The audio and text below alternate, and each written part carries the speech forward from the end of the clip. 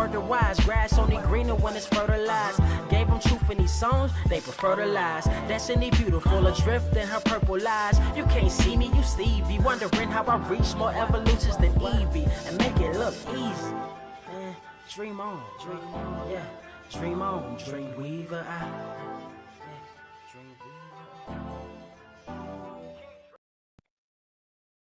What is up, Earth's mightiest subscribers? It is your boy Ernie, the Blerd Without Fear. Got the homie Carter presents. Welcome to episode 336 of the Blerd Cave, the #1 comic book news stream on this or any other Earth in the multiverse that you can find, not just here, but you can find us on Apple, you can find us on Google, Amazon, Spotify, anywhere good podcasts may be found.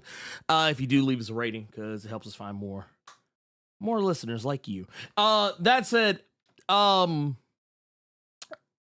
yeah, we got a lot. We got some stuff to get into. And some not. I'm not gonna lie, not all of it good. But I want to get into the good first, and to get into the good of it all, we are gonna have to take a little bit of a detour. Okay. Why, you might be asking, why do we have to take a little bit of a detour? Because I want to talk about one of my personal favorite subjects. Subject that's very near and dear to my heart. Coitus? I mean, I like it, but I mean that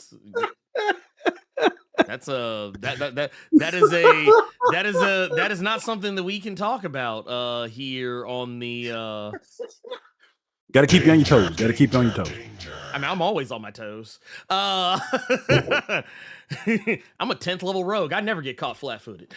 Oh, wow. I got uncanny dodge, bitch. I got uncanny dodge. Don't even play with me. No, I want to talk about something, and it's my journey. My journey as a comic, not just a comic book fan, not just a comic book reader, not just a comic book, talking head, commentator, but as a comic book creator. Okay.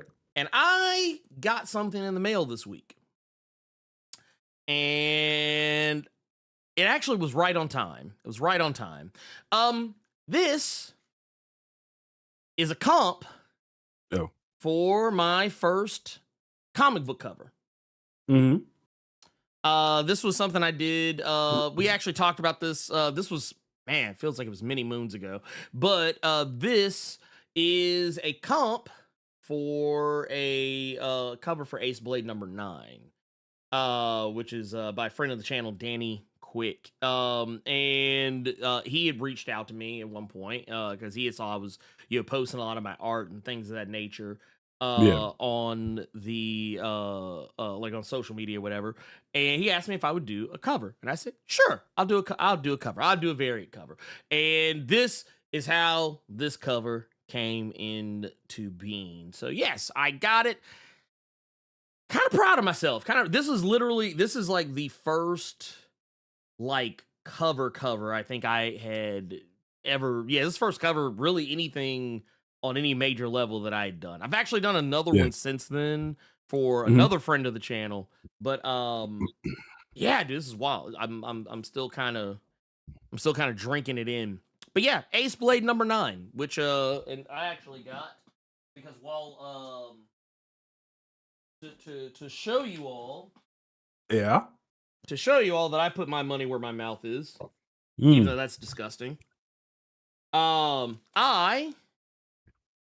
I actually went and got all of these. I have the entire line so far of Ace Blade, which I do highly recommend. Got the 1, the 2, the 3. I would show them all, but it's like they're very unwieldy in my hand right now. But yeah, like I was like, I think this is like when we first started hearing about Danny's work on that. And yeah, actually no, it was this one. See, since you in here now, I have to ask the question. Reimei, Ayodele, shout out to you. But when are we going to see a Blerd Without Fear Storm variant? I'm just asking. You'll probably never see it because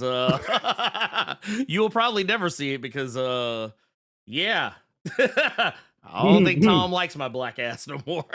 For y'all wondering why Carter is partaking this early in the morning. Oh, just wait. I had him save it for today. Oh. It almost started yesterday in the middle of playing Space Marine 2, but I had him save it for today. So you can see. Yeah, Elite kind of just hit the head. Yeah, they took my they Marvel took my picture down. Marvel's ID badge is Marvel. My Marvel ID badge has been disabled. Yeah, they can't. Yeah, they're not gonna let me. They will not let me. Moreira said, "I don't get to choose or recommend variant artists." They say, "You know what? You just writing heat. We don't want your fingers in too many pies. You keep doing what you're doing right now. You keep doing what you're doing. You are one of the highlights of this new X era. We can't have you and Gail doing too much right now. Don't get too much." Don't get too much dip on your chip. Nope.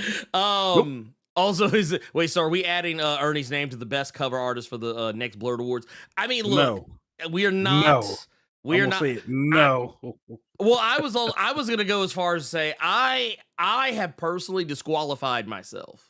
Mhm. I personally disqualified myself from any and all contention. So, Yeah.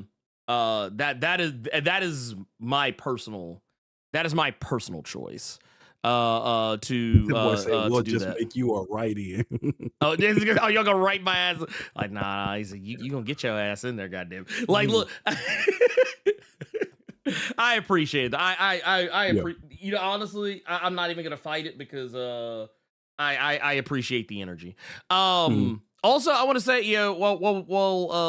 speaking of bright spots in the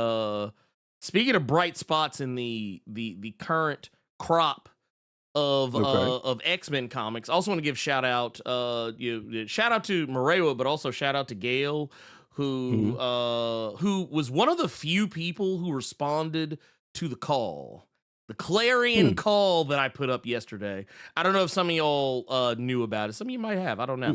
But I put up a clarion call yesterday because I wanted to see something. I saw so many people, especially since we had that show on Nerds of Culture this past Thursday, basically talking about what I like to think of as the debunkification of the narrative that Stan Lee based Professor X and Magneto off of Dr. King and Malcolm X. And first off, I want to say this post did two things for me. One, told me a lot of motherfuckers on the internet can't read. Carter, Carter, would you allow me? Let me see this mess. Let me see this mess. Yeah, would you just simply allow moi to show you what I said? I said Marvel Comics creators and anyone else who actually knew Stan Lee, not met him at a con once, but actually knew Stan Lee. And I proceed to ask the question: did he really base Professor X and Magneto off Dr. King, Malcolm X? I was like, you can reply here, or if you don't want to weather the inevitable shitstorm of replies, DM me or email me. It's in my bio. I know the answer already, but I'm trying to see something. And I put a smirk emoji. Why was it every random nigga that ain't like nobody, that ain't ever even, like, motherfucker ain't ever even walked into Marvel Entertainment office or Marvel Comics office, whatever, felt that they needed to say something? I'm not trying to be ugly, but goddamn, I was like, y'all can't read. I was like,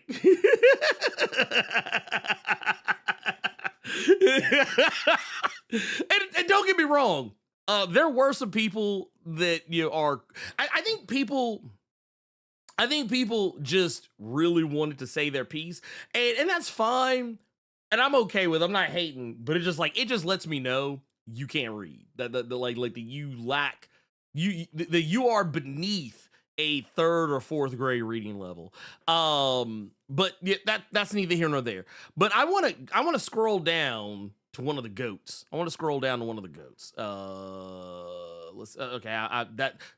Dude, who left this goddamn diatribe on my motherfucking? Go on somewhere. Get. I don't even want to read all that. I'm not reading that wall of text. That said, Gail came in. Okay. Gail came in clutch and said, I didn't know Stan that well, but there is no way he based those two on Dr. King and Malcolm X. It doesn't make any sense for a bunch of reasons. That could have been added later. It's certainly possible. Let me tell you, I'm gonna stop you right there. I'm gonna stop you right there. You know what you did right there? You know what you did? See, this is why I don't watch the Blerd Without Fear channel, because he wanted them. He listened to not the wall of text where you had our nice black brothers trying to explain something to him. No, he skips right to the white devil that was trying to tell him otherwise and refuting. I mean, message. Why y'all like this? Oh, you're gonna get a lot of that. Oh, best believe you're gonna get a lot of that. Oh, bro. I mean, look. He's out of line, but he's right. Oh, you know you're gonna get it. You know you're gonna get it. I mean, I'll accept it. I'll accept it. But no, here's the thing. Whoa, wait, pause. Reimei just said he saw that Tom Brevoort replied to your post. When? Oh, I gotta see this. Hold on. Hold up. Hold on. Wait. I think we just wait a minute. Reimei, I think you just started some shit. I think you might have started something. Oh, let's see. Let's see here. Let's scroll through here. Wait, is this? Oh, wait, shit. That is Tom Brevoort right there. Yep. Oh, wow. Wow. This might actually be the most intelligent thing Tom Brevoort has ever said. The Blerd Without Fear might actually be welcomed back into the House of Mouse. Wait a minute. Wait, Carter, are you telling me? Carter, wait a minute. I need to get full confirmation on this. Okay. I'm listening. Are you telling me that I could be back in this bitch? Possibly. But you gotta remember. I could be back in this bitch. But you gotta remember though, Tom Brevoort might be wrong. Because he also is the same individual that said that Scott Summers was on some Nazi shit in the business era of Uncanny X-Men. There's no telling. God damn it! I thought we this were back, might man. be This might be him trying to welcome you back into the corporation. He might be trying to bring you back, dog. Wait a minute. Why all of a sudden do I hear no chance? That's what you got. You might be, dog. Oh my god! Let me fuck around and watch you do any video with a t-shirt and some sweatpants on with some elbow pads for no goddamn reason. You might be back in the corporation. I might corporate Blerd. Exactly. That's exactly right. Yes, I'm back. Okay, first of all, I'm back. First of all, Morgan Freeman has nothing to do with this, Ernie. This is all about you, big dog. No. Wait. You know what, y'all? Guess what we get to do? Y'all, my badge has been reinstated. Wait a minute. My badge. When does he just respond to anything? But he responds to You know what? I think about it because I always forget that Tom uses like a weird like screen name. He's probably responded before and I just never noticed. I would ignore that shit too, because that just looks like one of these bot porn accounts I've seen on your YouTube comments or that have followed me on Instagram plenty of times. Hey, I like your content. Good GG. And then it just be some big booty girl, but then their name will be Stewart. That's what that looks like with a bunch of numbers in it. TMB 11111117279.00 echo. No, okay. that's him. That's him. He Okay. well, because All right, then. as an editor, you usually don't want to draw a whole heap. Usually, most editors don't have very like eloquent or very well thought out screen name. But I can say this though. I can say this though. You know, the badge. My badge has been reinstated. Should have put the word out there that we back up. Okay, we back up, Look at baby. We look back at up, Blerd Without baby. Fear. See, this is why I don't watch him. This is why I don't watch him. Yeah, parking. You goddamn right. My parking look. privileges have been reinstated. Goddamn it. My parking privilege. My parking badge. I can now enter the building. Matter of fact, you know what? Oh man. I can even drink from the good water fountain. I can drink from the good water fountain. So here's the question. Here's the question. Yeah. Then. You still want to have a conversation about that one thing that made you mad? Yes, I do. Yes, I do. Oh. Let's go ahead. Yeah. So okay. Now that I've said all that, now that I have said everything that I have said, I've said everything I said. They just gave me my shit back. They just gave me my shit back. They just gave him back his fob key to get in through the elevator. Right. Like, Hey, you know what they about to do after I say what I say?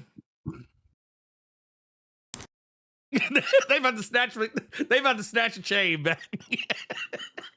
leave Nunu out of this, please. Please. Nunu had no reason to be in this conversation. Like, leave Nunu out of this. Look, Okay. I just got back in the goddamn deal. You've gone a bridge too far now. Okay. Okay. Leave Nunu out of this, bro. I'm just saying. So now, say ink ain't even dry on the contract. Right? Ink ain't even fucking dry. Ink ain't even fucking dry. And look, and okay. Look, that's what they said, right? Like, as soon as they go here, they're gonna be like right now, Tom is looking at me like, come on, bro. He's like, come on, bro. What are you doing? What are you doing? Is that they're gonna change the locks? What was it? Man, what show was it?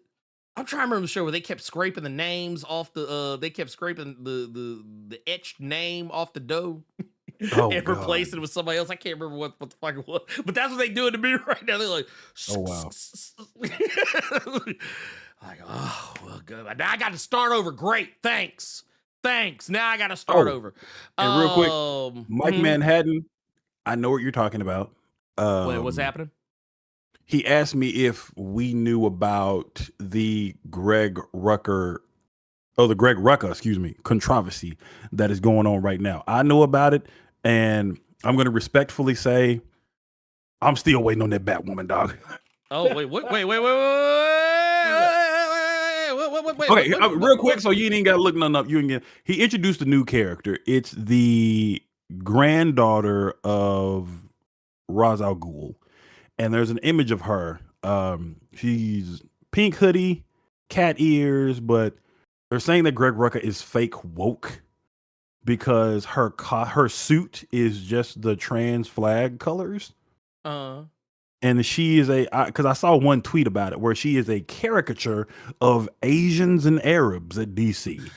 But yeah, Greg Rucka is certified. I should never have looked this up. Oh my God. What? Okay. All right. Okay. I didn't even want to stay on it this long. I'm gonna just tell you. Yeah, this is something that I just bought recently. Hey, I can't wait for him to come back to Batwoman, dog. This shit was fire. This shit here was cold. Y'all don't know how clutch them compact comics are, dog. When you can get a fire ass story for like $7, depending on your comic retailer. Hey, this shit right here. The only thing I'm worried about with Greg Rucka coming back to Batwoman at the DC Next Level is I need to see what that artist on that book has done prior, because I don't feel like he's going to be touching what J.H. Williams III did on this right here. But yes, Mike Manhattan, I know what you're talking about. I don't give a fuck. I'm waiting on Batwoman. God. I'm going to save this for a later date because I don't want to unpack all this. Please. Doesn't even have shit to do with what you were talking about either. That's the crazy part. Oh wow. So yeah, I found an old post Okay. And we will. This is for this is a later days. Tell me after. This, Tell me after. You back in Marvel. You can't even be talking about DC while you back at the elevator at Marvel offices. Don't do that. Ooh, okay, Stop staring at it. No. It's not that. I keep finding shit. I keep finding. No. Oh damn. Okay. Look, That's what he doing midnight. Now we curious. Like you got to cut that out. What are you talking about? No, I'll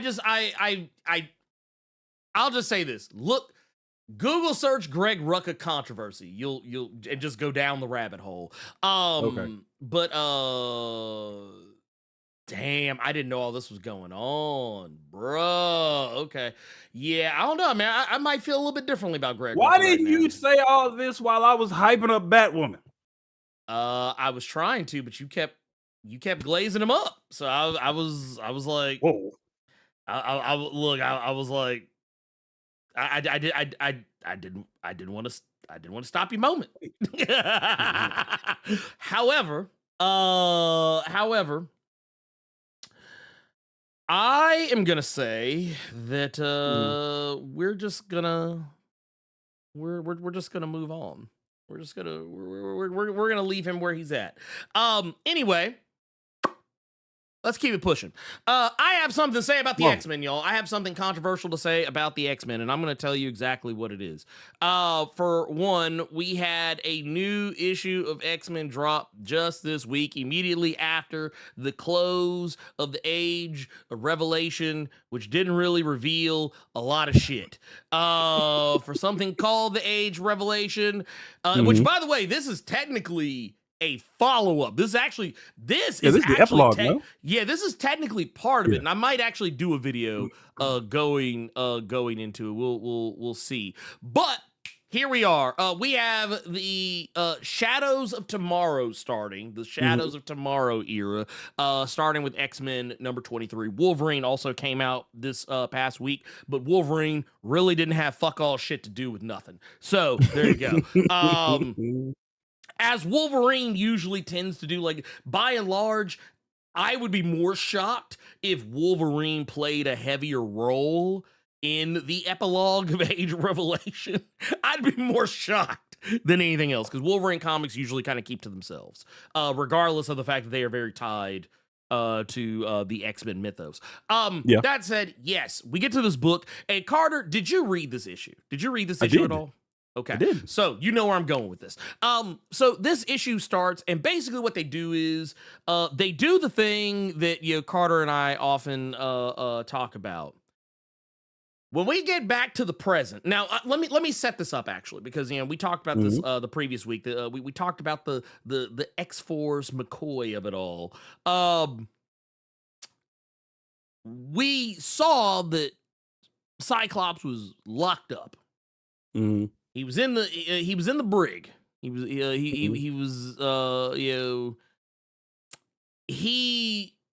said to have gone crazy after his Scott Summers would never. Yeah, right. But we all know the reasoning behind why all this happened. It was because he swapped places with the Age Revelation version of Cyclops, who had seen all the terrible things that Revelation had done. So when he gets to the present, the AOR version of Cyclops, tried to kill Doug. I mean, quick, off rip, like I mean, like immediately. That made me laugh. Hey, handle him. That boy grabbed that magic sword immediately. Oh yeah, he was like, look, he said, no. Let me close this nigga down. Let me tell you something. He's like, I got to close this motherfucker. DLC, my guy. Yeah, right. But then something, because this is all happening. Yes, an interesting moment happens. We get a very pocket sand. We get a very pocket sand level situation going on here, because see, what's happening here is that things have changed. Now, when Psych, AOR Psych, mind you, when he goes back, he realizes some things aren't exactly as like, remember the whole the whole RLDS situation that happened with Magneto and Cyclops and Age of Revelation, where it was revealed Yep. that Magneto never had RLDS in our timeline, basically kind of letting you know that maybe the Age Revelation would not have happened the way that it went down in the books that we read. Because basically what's going on here is that we're talking about conflicting timelines. We're talking about two timelines that are not exactly the same. And the thing is, we have to recognize, and here I want to pull this up because I think this part's very important. Because that same moment that we were talking about, it's brought up yet again here, where we see that here. I want to zoom this in, where he says, basically, he's like, you want me to use my power, because Scott's basically like, you're one of the only people who can literally just take him out. Like that. And basically he's like, well, wait a minute. He's like, Scott, why are you talking shit to me like this? Like, dude, are you fucking with me? He's like, baby, I got RLDS. My hip, get a little hinky when it rains. My knee get a little sore when it rains. I can't be out here like this. And basically he's like, yeah, I'm confined to this damn chair like Charles Xavier back in the day. The reason why he couldn't perv on Jean Grey was because he was trapped in that chair. He said, now I can't perv on Jean Grey either. I'm joking. I'm joking about the Magneto part of it. I'm not joking about the Xavier part of it. So here's the thing. Cyclops is confused, as well as the present day Cyclops. Like, wait. He's like, RLDS? What are you talking about? What do you mean you're trapped in a chair, baby? This part made me laugh. What are you talking about? Nigga, you ain't sick. Right? You like, make it your ass. Like I was waiting for Scott to just yank that motherfucker up out the chair, and then Magneto and then he just fall over. And he's like, oh shit, this motherfucker's legs really don't work. God damn.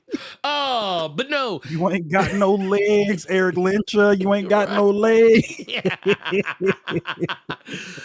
So this is where Scott kind of starts to realize something is not right. Something has changed. Something is different. Now, one or two things could be happening here.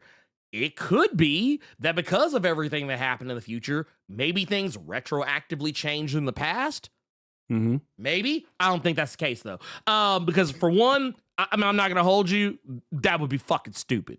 Because that's just not how that shit usually works. But then it could be. And I would actually forgive a lot of people for not knowing this, because once again, this was one of them random ass moments in a fucking tie-in book that I honestly don't think any of y'all were reading or should have been reading.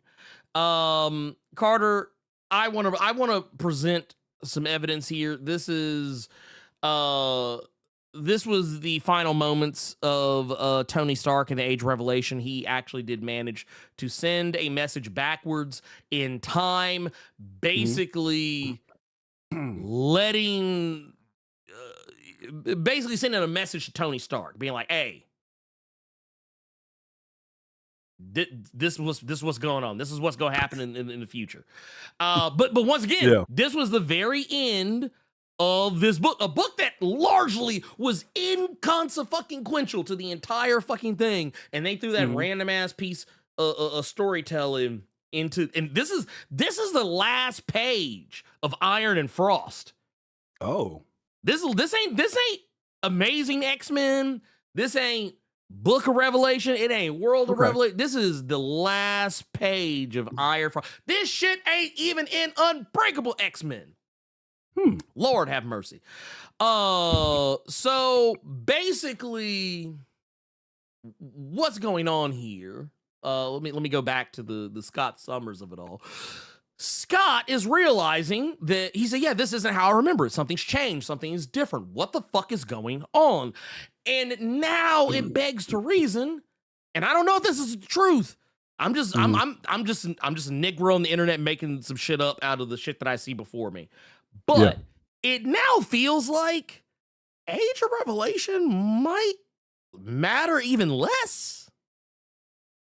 Because if the Cyclops of Age of Revelation went back in time to the body of the Cyclops of the present to stop something that was going to affect his timeline, but now he's found himself in a timeline that doesn't really seem to connect to his in the same way. Did that white man just go back to the wrong fucking time? And now made the Age of Revelation our problem? Mm-hmm. Because once again, the present day Cyclops, he knew about the RLDS, but the Cyclops who is literally supposed to be the same motherfucker just 10 years later is completely confused by it. So what's going on here? I need somebody to tell me what is going on here, because bruh. And also, okay, also, Sir G just also kind of brought this up too, because like I said, we haven't even gotten to this part yet. Yeah, that's what had me laughing, and that's when I told him to save it for tomorrow. So, what Sir Yuri G is referencing is that, okay, y'all remember how in Age of Revelation it was revealed that the reason why all this shit popped off the way that it did was because Cypher, or excuse me, I'm dead naming, Revelation, yep. He and Cyclops had a Macho Man, Randy Savage, Hulk Hogan moment. Mm-hmm. This is why all this happened. This is the why they did the mega powers. They were yeah, okay, all right, we good. We're X-Men now. And they did that shit. So Cyclops agreed with Revelation, went with all the shit. Now, granted, we know that as it goes along, that Revelation has the ability to make people do whatever he wants. And then when you get kind of closer to the end of this issue, Revelation rather is even saying, like, when it is being presented, the idea, the mere idea of being on the same page, like, hey, look, I need you as my checks and balances. You know where I'm gonna fuck up. You know what's gonna happen. You can stop any bad thing I'm about to do. But the thing is, we all know that that's not true, because Revelation could literally just be like, yeah, stop telling me what to do, and you'll stop. Mm-hmm. That's why I did laugh at the whole, like, tell me what I did wrong, Scott. Yeah. No, we just got to get you up out of here. Yeah, because look at this shit. Look at this shit right here. He's literally, motherfucker's literally like, he's like, help me. He's like, nah, pimp. That's getting a whooping and don't know why you getting a whooping. Right? Because look, look at this shit. Look, I ain't gonna lie. Oh, that was a gangster line, dog. Oh, I did like this. I did like this scene from where, just for all you audiophiles, if you didn't read the issue, Scott is talking to Doug after the first murder attempt, and they locked up Scott, or AOR Scott at the time. Yeah. And he basically tells Revelation that you have to be lucky several times for me not to get you. Yeah. I just got to be lucky one time. But you know what's kind of crazy? You know what's kind of crazy about that line, though? And I don't know if you caught this, and I think this might be a contributing factor to why Tom Brevoort has the opinion of Cyclops that he has. You know what that line's actually from? No. That's a real line. I've heard it somewhere before, I just don't know where. Yeah, it's so it's related to Margaret Thatcher. Okay. I believe. I believe this was like when God, I forget what their actual name was. Here, you know what? Let's not live in ignorance. Let's not live in ignorance. I'm actually gonna pull this up because I did a Google search on it because at first I thought, man, that line's kind of cold as fuck. I feel like I've heard it somewhere before. Yes. And Yes. let's see. I only have to be lucky once. Here, this is where this is in relation to the Brighton hotel bombing.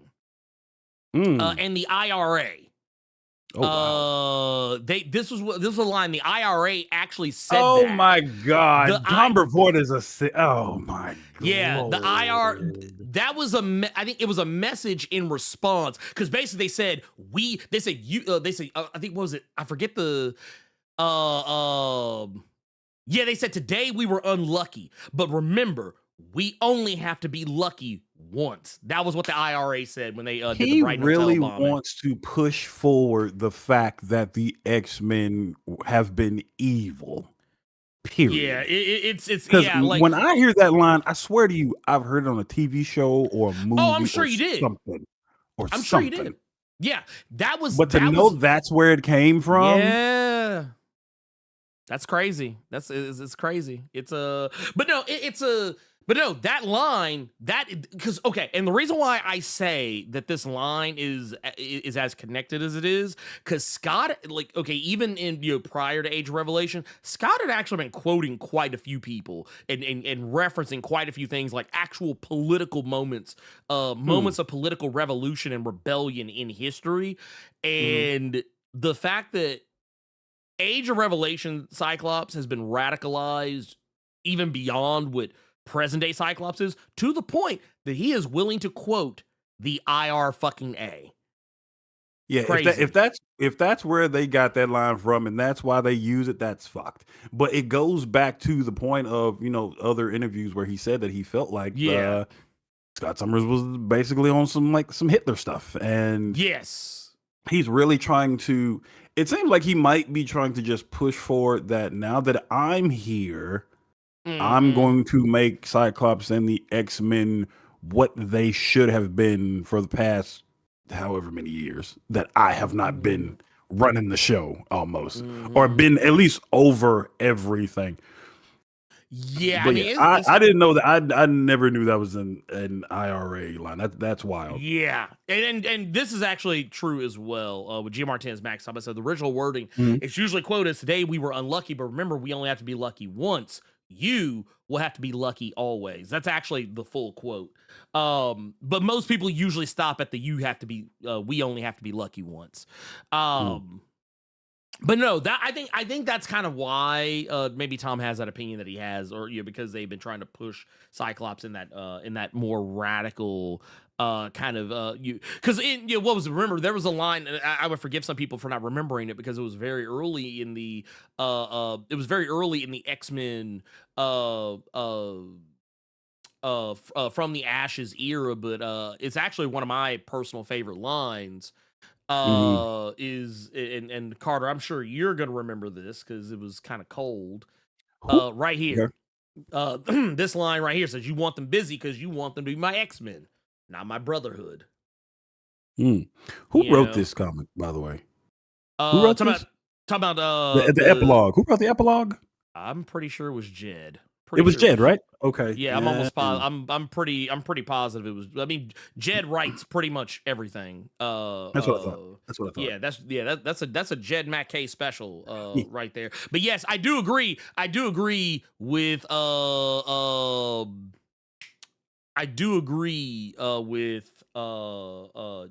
about Tony ate this issue. Tony ate, like, you say what you will about everything else, but Tony he put his foot in this, as we say in the South. Yeah, he put his foot in it. That said, yeah. Oh, go ahead. Yeah, hit. And I don't mean to, because I know we've gone through this well before, but I mean, so is Tom, so I don't feel like it's so bad. But it was Raid on Graymalkin, X-Manhunt, and then this. No? Correct. So now I'm going back to Krakoa. We had Ten of Swords. We had Inferno. We had 10 Lives, 10 Deaths of Wolverine. Well, I don't really count that one. That was more of a Wolverine thing. Let's do Ten of Swords, Inferno, and Judgment Day. Don't forget about Ten of Sins of Sinister. Sins of Sinister was later, correct? Sins of Sinister was after, right? Okay. Yeah, that's why. Okay, that's what I thought. That's why I didn't bring that one up. That's why I didn't bring it up. Because you got 3 out of From the Ashes. You got 3 out of Krakoa. So I'm wondering if now, I know we feel the way we feel about a lot of these. Do you mean like after like Sins of Sinister was after Krakoa? Because it was during. No. After Judgment Day. Yeah, technically, yeah. Yeah. It was after. Yeah. Well, I'm trying to see like where this will be in like how many events the X books have done. Because, okay. I see where you're going. That's why I was going with this because what I'm getting at is maybe the next one will be good. Because I mean, Ten of Swords was nasty. Yeah, Inferno, not a lot of people vibe with. It wasn't until Judgment. Okay. I know more people that don't. You know more people that like what? Inferno? Yeah, I know more people that like Inferno than don't. But yeah. What I'm getting at is just that maybe the 4th time's a charm. Well, I mean, I don't know. Maybe look, it took Krakoa a minute to get to Judgment Day, and everybody loved Judgment Day. A lot of people did enjoy Inferno, but a lot of people were more so pissed because they knew this was it for Hickman. But I forgot about that. There was the Hellfire Vigil. I forgot about that. It was a one shot, but I mean, like, still, that's like it's technically counted as a. Oh, you can't actually. You're wrong. Heir of Apocalypse. So yeah, you kind of do have to count Sins of Sinister. So this okay. Yeah, but you do kind of have to count Sins of Sinister. You violate now, bringing up that goddamn Heir of Apocalypse, and then I see somebody else just brought up Dark Web. I almost banned you. We're not talking about those. Do you know we're still suffering the sins of Dark Web to this very day? How so? No, just because everything that's been going on lately, like the stuff that's both involving Spider-Man, Chasm, Madeline Pryor, shit like that. We're still feeling the effects of that to this very fucking day. To this very fucking day, we are still feeling the hurt from that. But no, I want to take it a step further because now that we have that new framing, we now have to look at it like technically. Here's how you got to look at it. You got to look at it: House of X, Ten of Swords. You got to look at Inferno. Oh shit! So Inferno was Inferno 3rd? Yeah, Inferno was 3rd. If you take a Hoxpox. And yeah, and here's the thing, and Inferno, that was the end of Hickman. Inferno. So and then you got taken. Okay, so now you got Judgment Day. Which to be fair, you can't count Judgment Day then, because that's a line wide crossover. If you want to talk about like full on like let's just keep it with okay. So then you got Sins of Sinister, and Sins of Sinister is also a throwback to Age of Apocalypse. So that's Ten of Swords, Inferno. You got Raid on Grey Malkin, X-Man Hunt, and this. You technically do have 10 lives and 10 deaths, but here's a problem that I have with the whole 10 lives, 10 deaths of it all. Is that like it was largely a Wolverine story. Okay, actually, dude. Dude, you guys realized? No, what's that? We are wrong. Because you know what we forgot about? What did we forget? We forgot about the fucking trial of Magneto. Well, no, I was just trying to keep it in order of the shit that happened in order. And no. I completely forgot about Trial. I'm thinking of Resurrection shit. I'm thinking of Resurrection. Yep. Trial came out before Inferno. Yeah, it did. So, so like, okay, so basically, here's the timeline. It was House of X, Technically, you had X-Men, the X-Men Fantastic Four crossover too that nobody remembers. We also have the Ten of Swords. You had Trial of Magneto, Inferno. There was 10 Lives, 10 Deaths, and then Sins of Sinister. And then even after Sins of Sinister, before you actually got to the Resurrection of Magneto and the Fall of Hawks and the Rise of Pox, you had Before the Fall. Okay, highlight what I was trying to determine. What I was trying to figure out is if we go in order of Krakoan events, when did they start getting subsequently better? So I was trying to go to in order.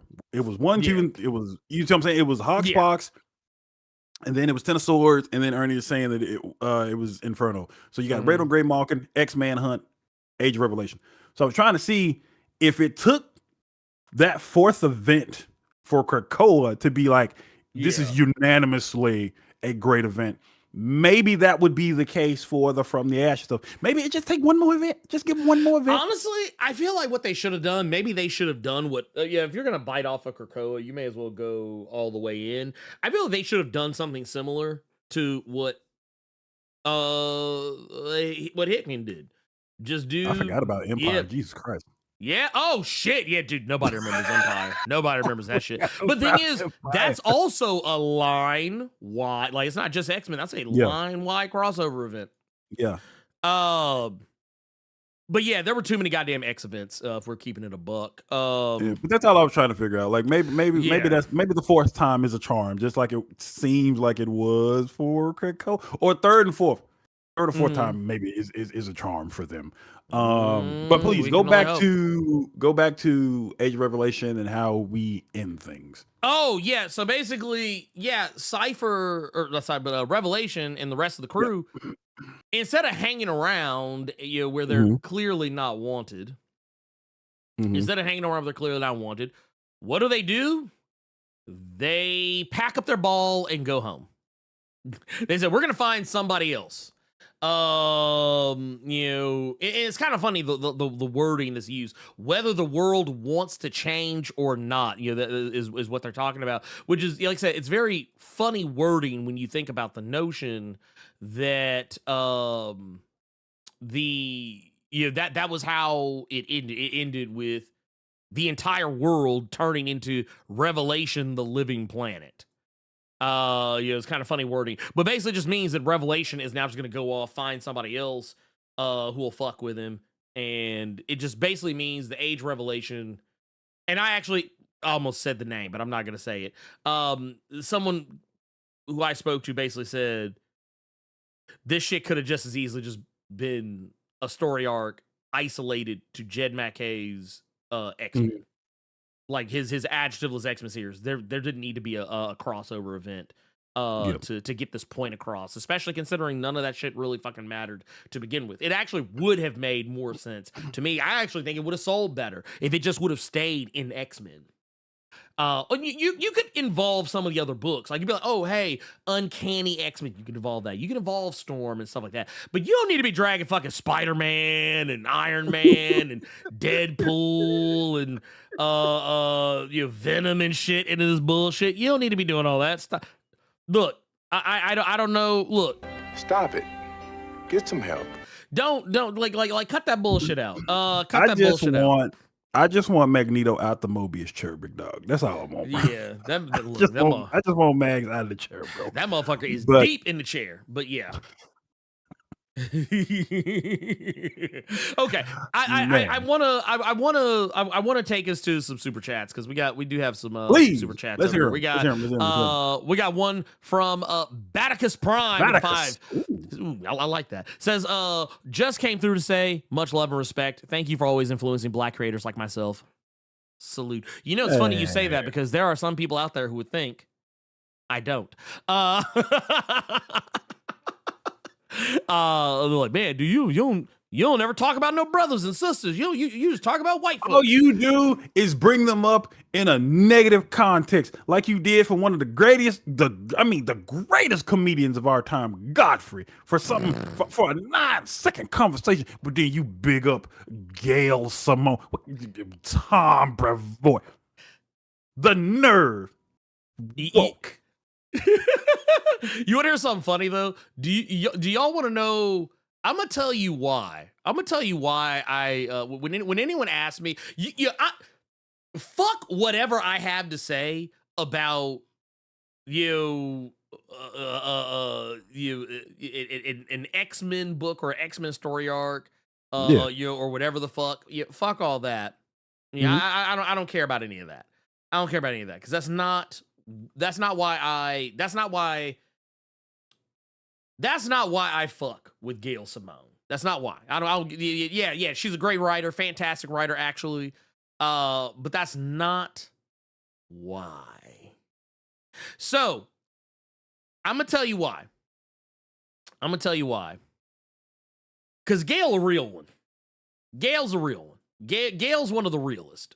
She is probably like here. I'm gonna show you. This is one of the reasons why I love Gail Simone. Look, I'm gonna direct you. I want to direct you to her Threads feed. Okay. She made a post a couple of days ago. Said, pretty sick of casual racists. Now you see the first comment. What I love about this is that she quote tweeted that motherfucker and was like, this is this poster's response to me saying, I don't like racists. Okay, that's what I was reading. I'm like, what the fuck did that have to do with what she just said? Okay. Yeah, exactly. Also, you know what I love? I love that she big ups other people. She big ups black people. When we gonna see the Blerd Without Fear quote on the back of one of Gail Simone books, big dog?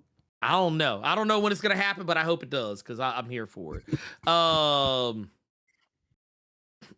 it is, and I also will say too, you should follow Feminista Jones because I will say, actually I do agree with his first comment that's on here.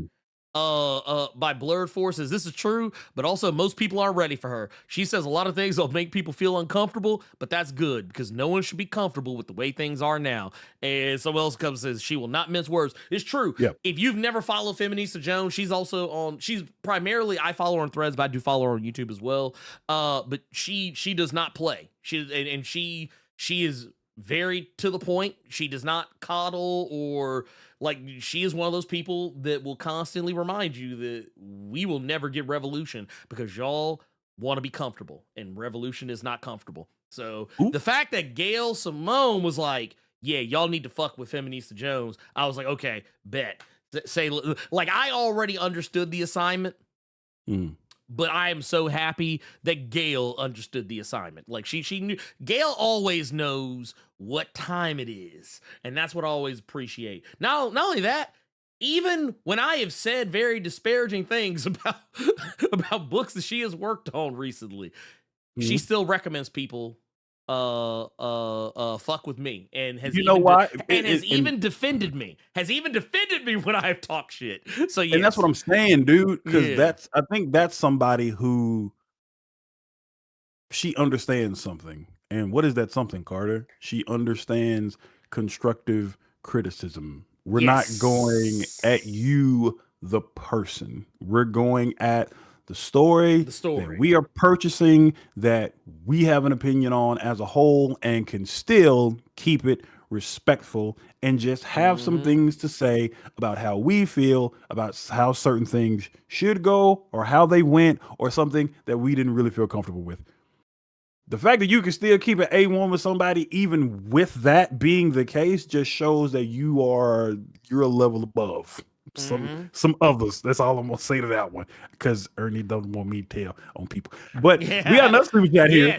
Yes, she is. Wasn't Feminista Jones the one? Yes, that's how I knew who she was. Yeah. That's how I knew who she was. That was her. She aired that motherfucker out, all the way out. I didn't even know that man. I didn't even know the motherfucker existed. Yeah, with his fucking raggedy ass fucking fan base website. Lord. Anyway, carry on. We got another one. Camp After Hours. I don't want to know what you were doing at that camp after hours. I will call them people. He gave us 5, and he said, "I just recently graduated from nursing school and listening as I'm getting ready for the graduation party. I just wanted to say thank you for all the content." Fuck thanking us. Yeah. Congratulations for for graduating from fucking nursing school. Yeah, that's a standing O right there. Congratulations. I thank you for the 5. I hope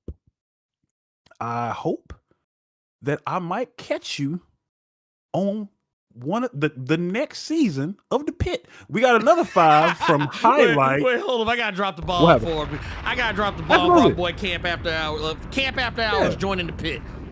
Yeah. I gotta drop the ball for that. I hope to catch you on The Pit one time. Just have on the Blerd Without Fear shirt real quick so we can recognize you. Just so we know it's you. You got your gauze on. You got your doctor shit. You got your scrubs on. But just let it pop out one good time because one of the patients being unruly. We'll know it's you. Highlight 915 gave us a 5. He said, "Happy Saturday, Cave. What did you guys think of Fractions Batman number 5? I thought it was awesome. No spoiler. But how bad did Damian fuck up?" Ooh. I ain't gonna hold you. That's kind of par for the course for Damian Wayne. Yeah, I was gonna say you gotta. Okay, look, I'm gonna keep it a buck with y'all, man. Man, Damian stay fucking up. So him doing it yet again. Yeah. I actually ain't even really all that surprised. I've Some actually been pissed. Huh?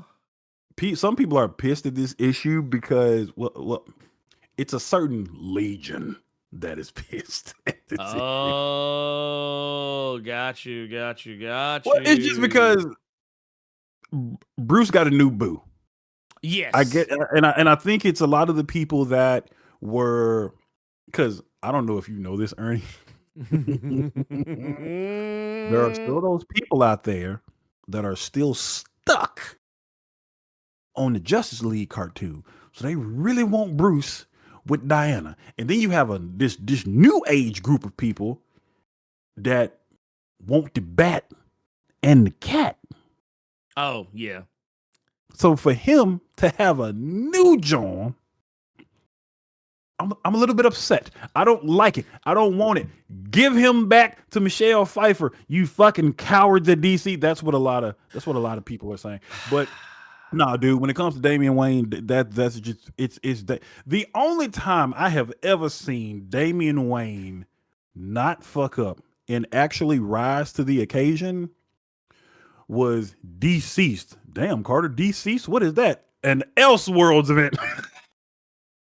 That's the only time I have ever seen Damian Wayne not be a doof. Yeah. One Elseworlds event. Yeah, Damian's. You know what? I'll also say, even in the future, like when they do like the future, like the Flash forwards with Wonder Woman when they were doing like all the Trinity stuff. I did like Damian then, but under normal circumstances, I was like, man, Damian's always out here like on some bullshit, like just every time. But that said, I don't know, man. I don't know. Wait. Shout out to Damon Hampton saying, "I don't understand acting like every time they introduce a new love interest, it's supposed to be the one. Like y'all ain't single." Right? So here's the thing. Okay.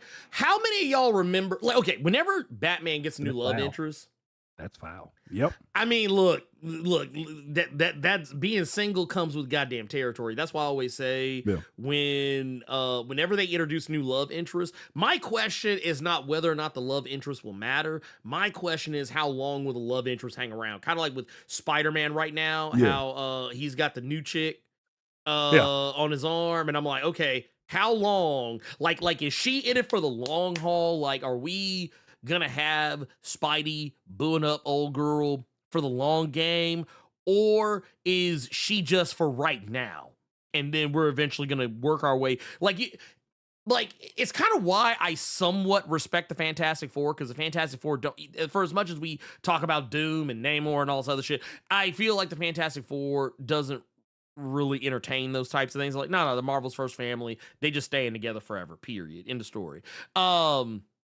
They might.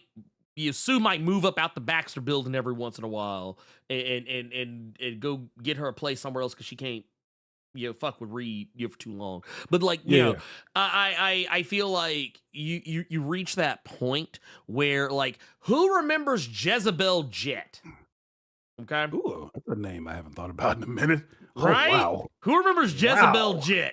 The holy. When Bruce had like, here's the funny thing about Jezebel Jet. I could never tell if she was actually supposed to be black or if she was just really tan or was like something else. I never really could get a good read on that. But like, yeah, it was like he had a little dark skin thing on his arm for a little bit. But and where is she now? I don't know. She's gonna get that Carly treatment.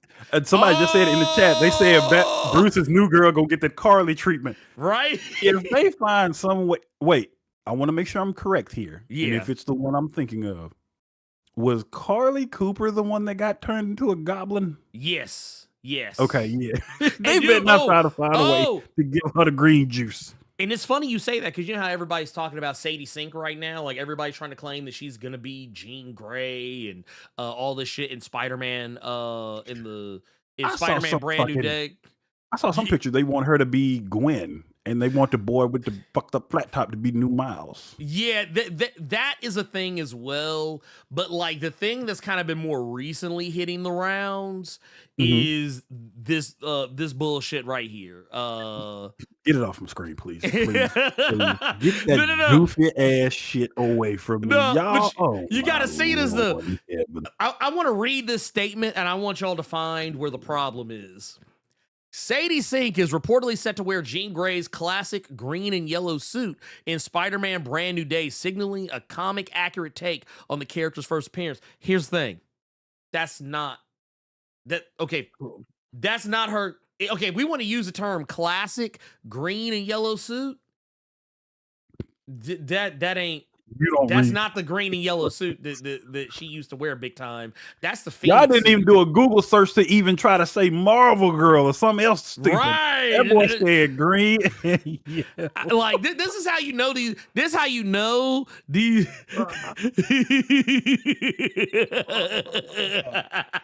Oh my goodness, people. But no.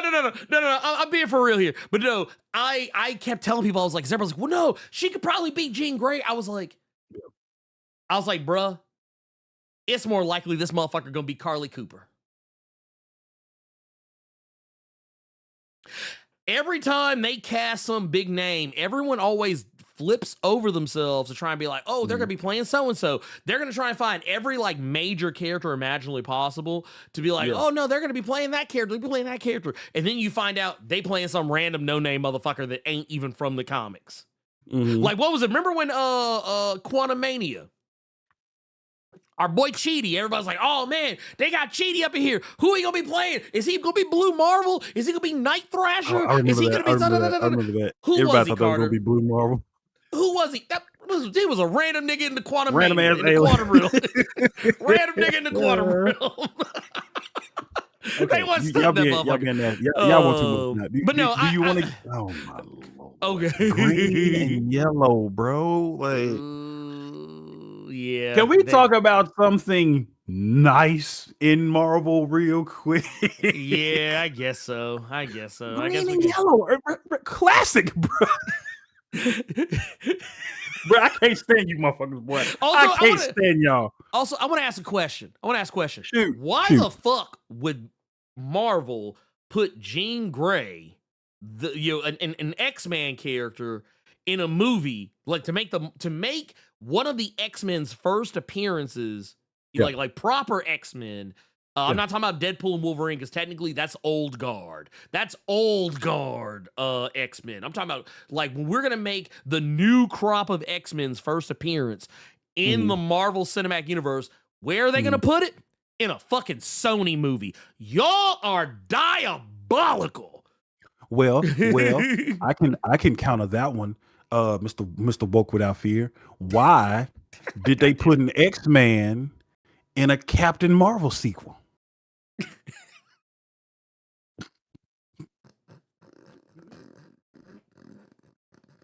I'm gonna get in trouble. I'm gonna get cussed out in the comments for that one. I'm gonna get cussed out. Why they put a whole mutant and woke Tiana Chirac Paris in a Captain Marvel movie? Wait, why she gotta be Captain Chirac? Why she gotta be Captain Chirac, man? Well, come on, bro. That movie was so bad. Y'all go stop giving Spike Lee all that grace. No, Chirac boy. Let me not. Ultimate. Yes, we're gonna talk about what we actually came here to talk about. Now that we've been bullshitting for a little over an hour, we're gonna finally talk about it.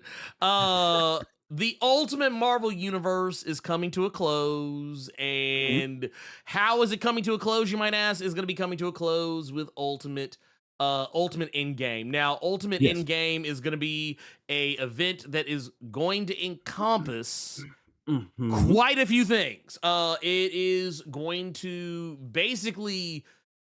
It's basically going to be a story arc that's going to spread across the Ultimate Endgame, but also the Ultimate Spider-Man, Ultimate Black Panther, Ultimate X-Men, Ultimates, and even Ultimate Wolverine. Somehow Ultimate Wolverine is getting drugged into this shit. Did you know that wasn't supposed to be the case? I don't know if you knew. No, I did not know. I felt like Ultimate Wolverine was going to be... I thought Ultimate Wolverine was going to be done before all this shit was... It was supposed to be. It just got extended. Because motherfuckers keep buying this bullshit. Hey, bro. Man, I think it was supposed to be done at 10 or 12. But yeah, that sounds about right. Can you stretch that out a little bit? Wait a minute. See, look, hey, Bernard, you're doing it again. Who even reads these books? It's right there. It's right there. Well, no, here's my beef though. Here's my beef with it. So we got all this bullshit. This bullshit. Meanwhile, Marvel just stretching the plot out. They stretching the plot out like Galactus, like Galactus. They're like, yeah, how far can we? How many more books can we get about this? Yeah, I know we only said we were gonna give you 10, but man, how about we give you 16? Can you do 16? This is the second image I have seen of Galactus today where I have cracked up. First one being because I've been like I told you off camera, but I told you I've been rereading the Marvel Universe by Donny Cates omnibus. Yes. So seeing Galactus strapped with Cosmic Ghost Rider is a funny image, dog. I forgot about that. If y'all have not seen that, just look that up. Just seeing Galactus with the Mad Max cloak scarf with the blicky is hilarious. Yeah, that shit was actually pretty fucking wild. Yeah. Well, also, like, okay, Galactus, yes, that shit was insane. But also... That was, I think, what was it? It was not long after that where they did the book where it was. So you had Galactus, strapped up, and then later on they had Thanos, strapped up. That's literally at the end of that issue with the Punisher tank top on. I was like, bro, what are we doing? Didn't even mean to take us off track. Ultimate Endgame. 2 years we've been able to enjoy stories such as Ultimate Wolverine, Ultimate Black Panther, the Ultimates. I ain't got Ultimate Spider-Man or Ultimate X-Men because they are constantly sold out at my shop. But first issue is out. 2 years of stories. We have been not even patiently waiting. We've been anxious trying to get as much training up in us before the maker get out. Yeah. Because for the most part, I think the only book that really dealt with we got to get shit done before he gets cut loose. Because just as a refresher, in Ultimate Invasion, Tony's dad actually was able to trap the Maker in the city, which is this city that the Maker created, but time moves very differently there. And then we've gotten 2 years of Ultimate stories, 2 years of Black Panther, 2 years of X-Men, 2 years of Spider-Man. But the Ultimates is the only one that really said, okay, we need to get as many people together as possible, because when he get out, we need to be at the door. And they're also pulling double duty because we got to get as many people together to stop, defeat, kill whatever comes out of there, while also trying to hold our own against this cabal of people that he left in, or that he left in charge. That's running roughshod. So they burning at both ends, and I think Ultimate's really the only book they've been dealing with that. Peter been over in Ultimate Spider-Man getting some ass and having babies. Yeah, he still got Uncle Ben. Yep. He got a job.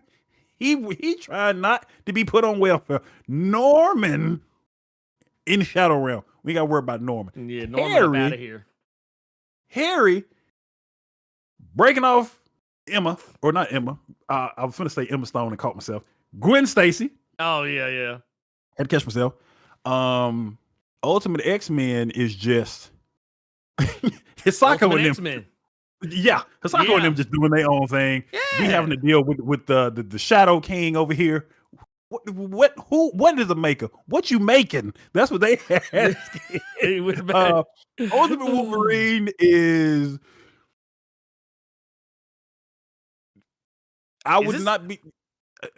Ultimate Wolverine is Alessandro Capuccio's art is amazing. I'm about to say, is it just more random X-Men characters just getting broke off irredeemably? Because I feel like that was largely that's the main complaint, is that here's the favorite X-Men character, here they finna get got. Yeah, that's what it felt Jean like. is in the newest issue. She got rescued in the previous issue and kind of saved the day for Logan and Sentinel 1, which is actually Legion.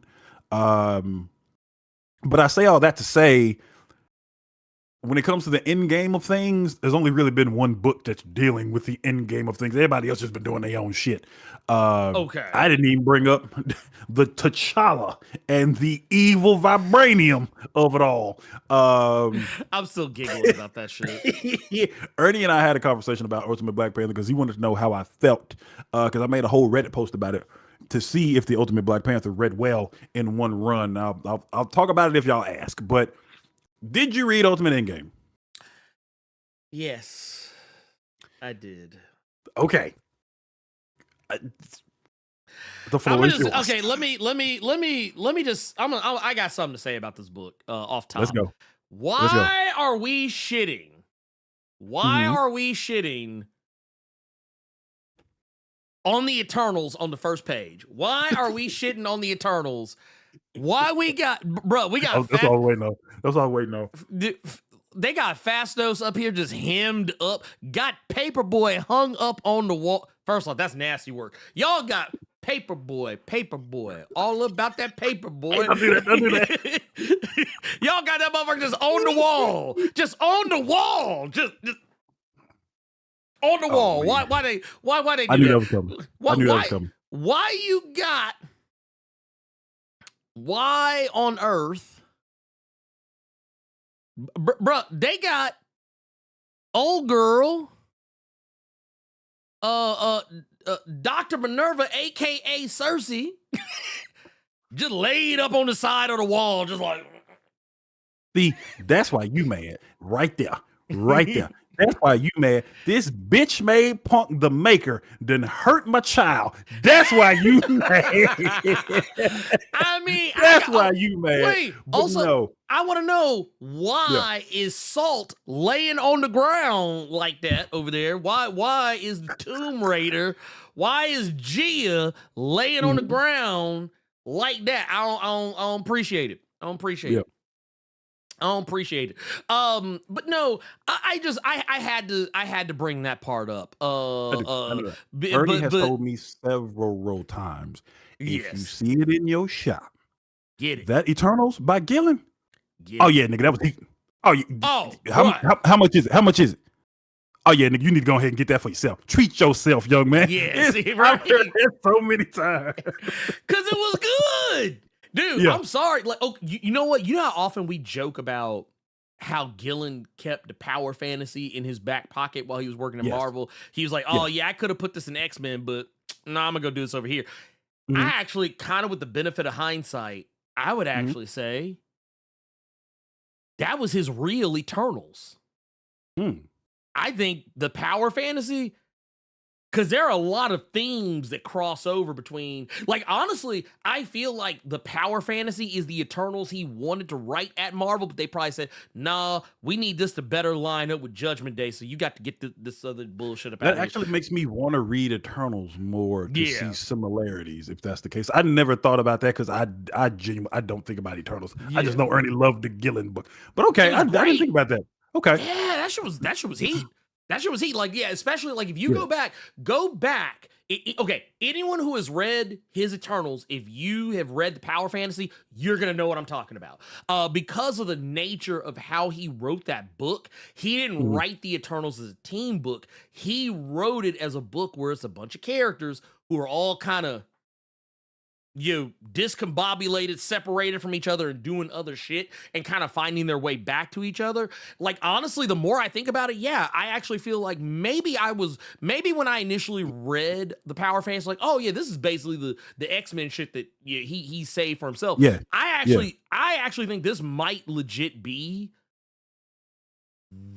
maybe something he, like, if I found out he wrote the power fantasy originally as something as like as an original Eternals pitch, Mhm. but like or just decide, nah, actually this might be a little too good for Marvel. I'm keeping this in my back pocket. I'd believe it. Hmm. And Okay. yes, Project Project J3319 said basically kind of hit the nail right here on the head. The same way we always talk about how Jonathan Hickman brought structure to X-Men lore in a way we'd never seen before. I feel Mhm. like Gillen brought structure to the Eternals in a very similar fashion.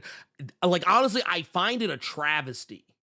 I find Mhm. it a travesty that more people didn't read that book because, like, at the time, I would have told you it's probably one of the best books Marvel had Yeah. at that moment. It was that good, but we've gone far afield. Ultimate Endgame, Ultimate Endgame. So Yes. Okay. basically, what's happening here is, yes, the Maker is about to arrive, and just like how the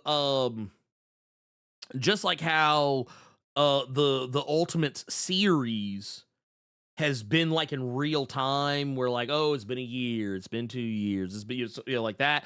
This book Yeah. does something kind of vaguely similar, where Mhm. like, I don't think it actually takes 30 minutes to read this, but I feel like in the span of 30 minutes, if you're just really taking your fucking time to pour over it and through it or whatever, I can see where maybe you could take kind of close to that, but I read it in Yeah. way less. But like, it was kind of close, where it's like, oh, you half an hour later, da da da da da. Oh, now you an hour later. Oh, Yeah. whatever, some shit like that. It was 15 minutes later. Then it starts breaking down in seconds to the Mhm. arrival of the Maker.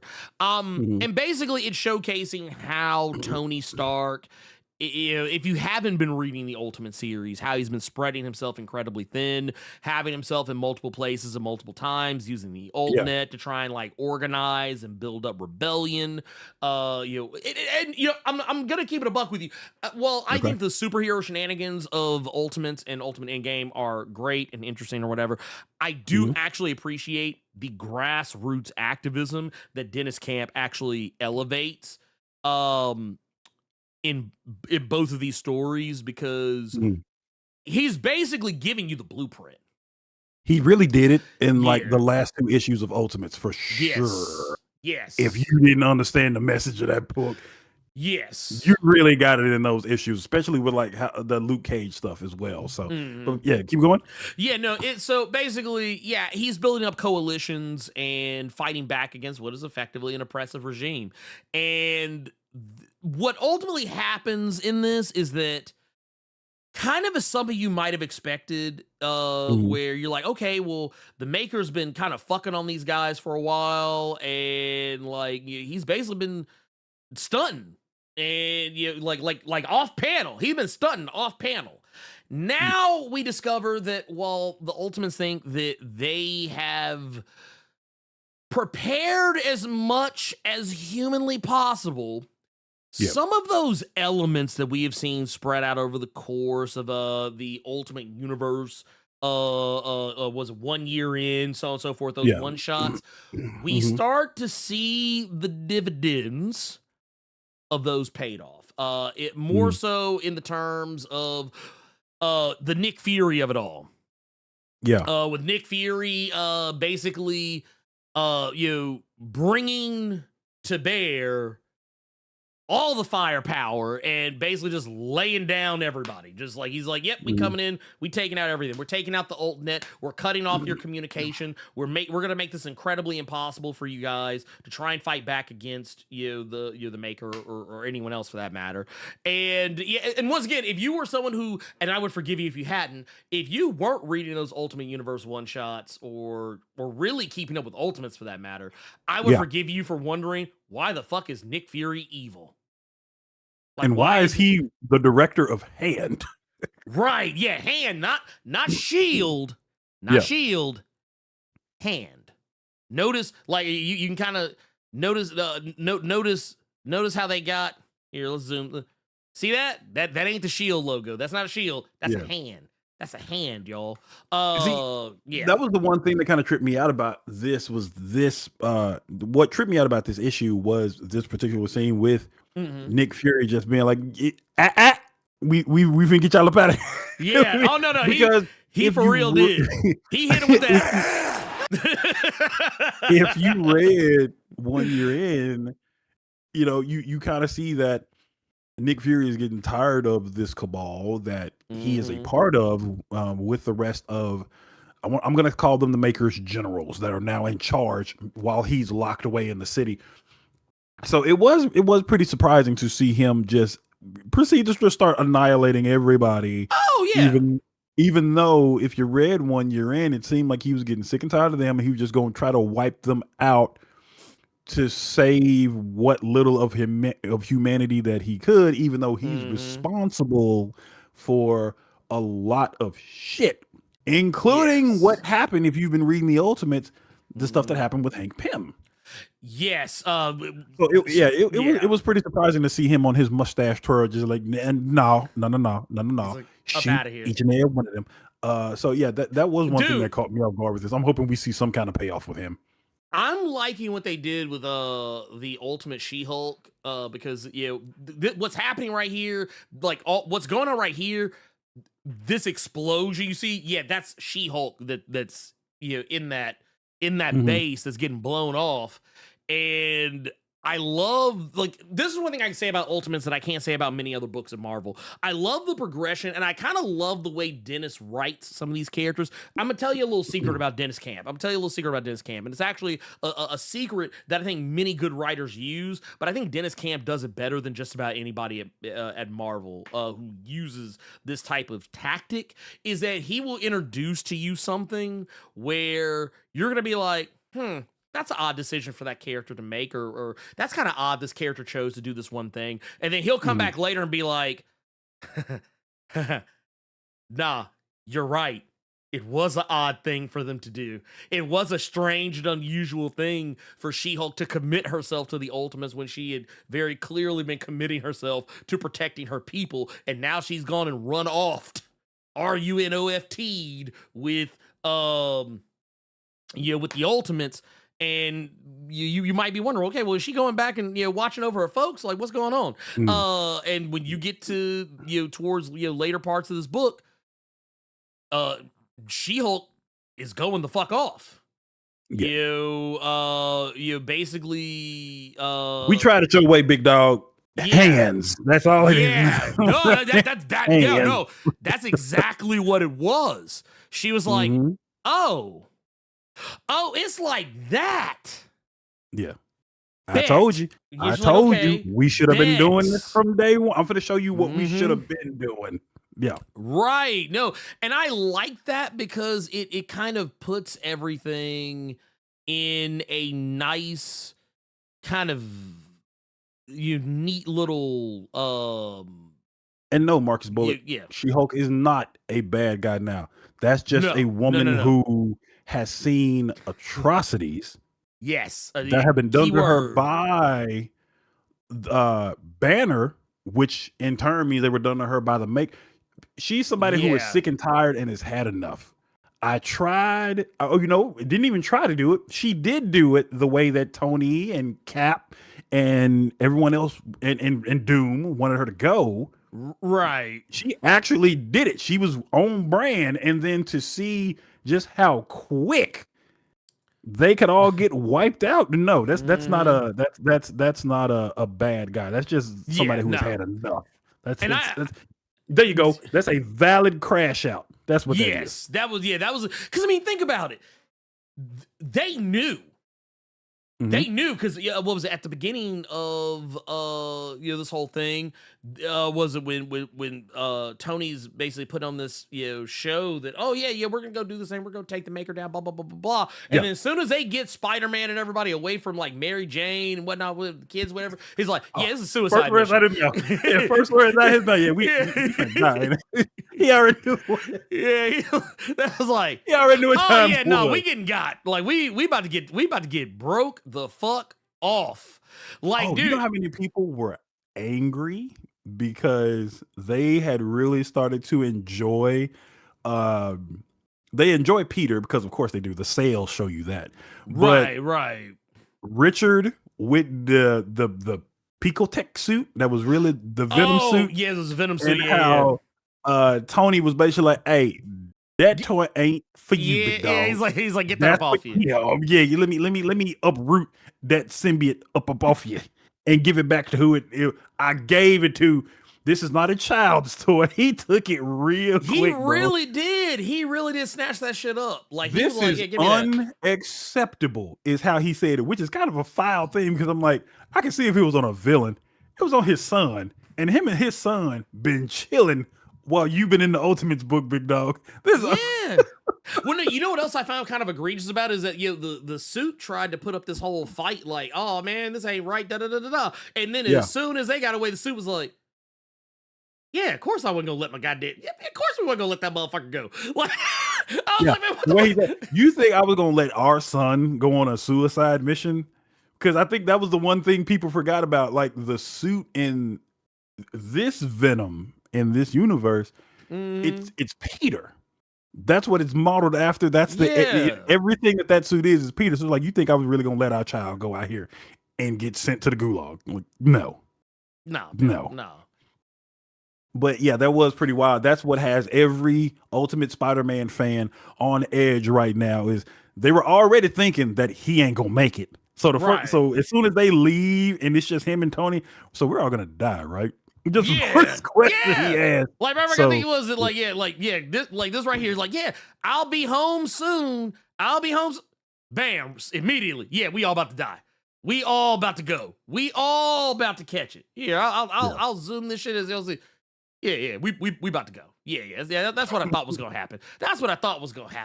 I knew that was gonna happen. I had a feeling. Yeah, like, dude, you said here, you done lied to your woman.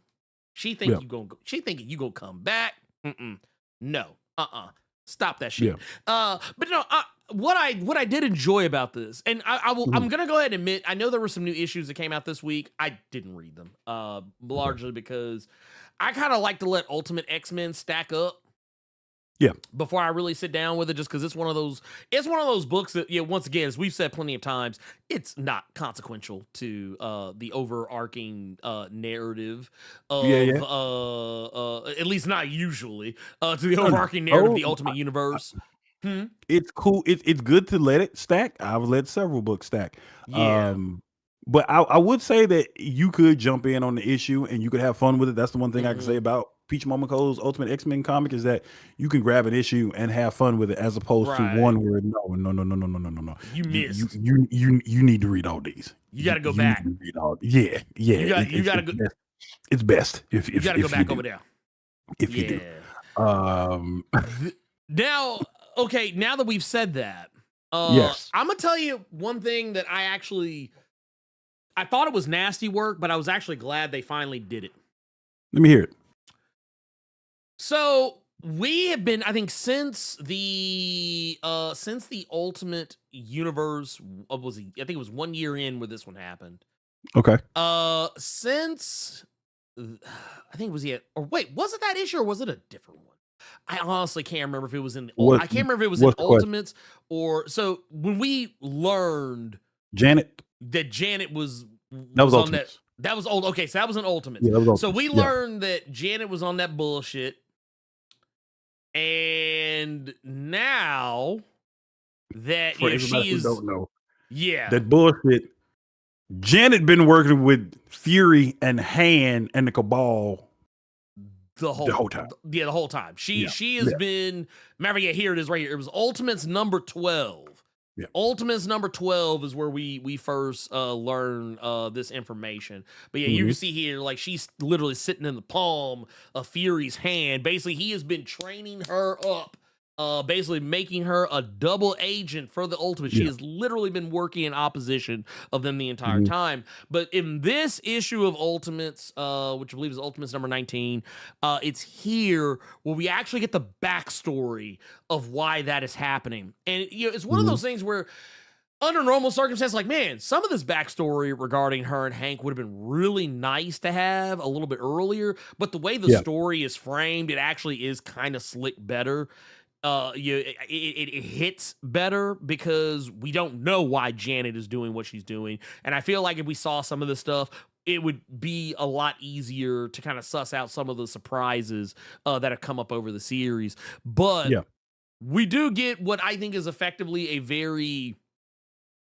we get what I think is like an effectively very sweet story that kind of is setting up some of the things to come with Ultimate Endgame, but ultimately we find out why the Hank of this universe, why he didn't become the Ant-Man or the Giant Man or the Yellow Jacket or whatever fucking name he would go by at this particular point in normal continuity or even in original Ultimate continuity.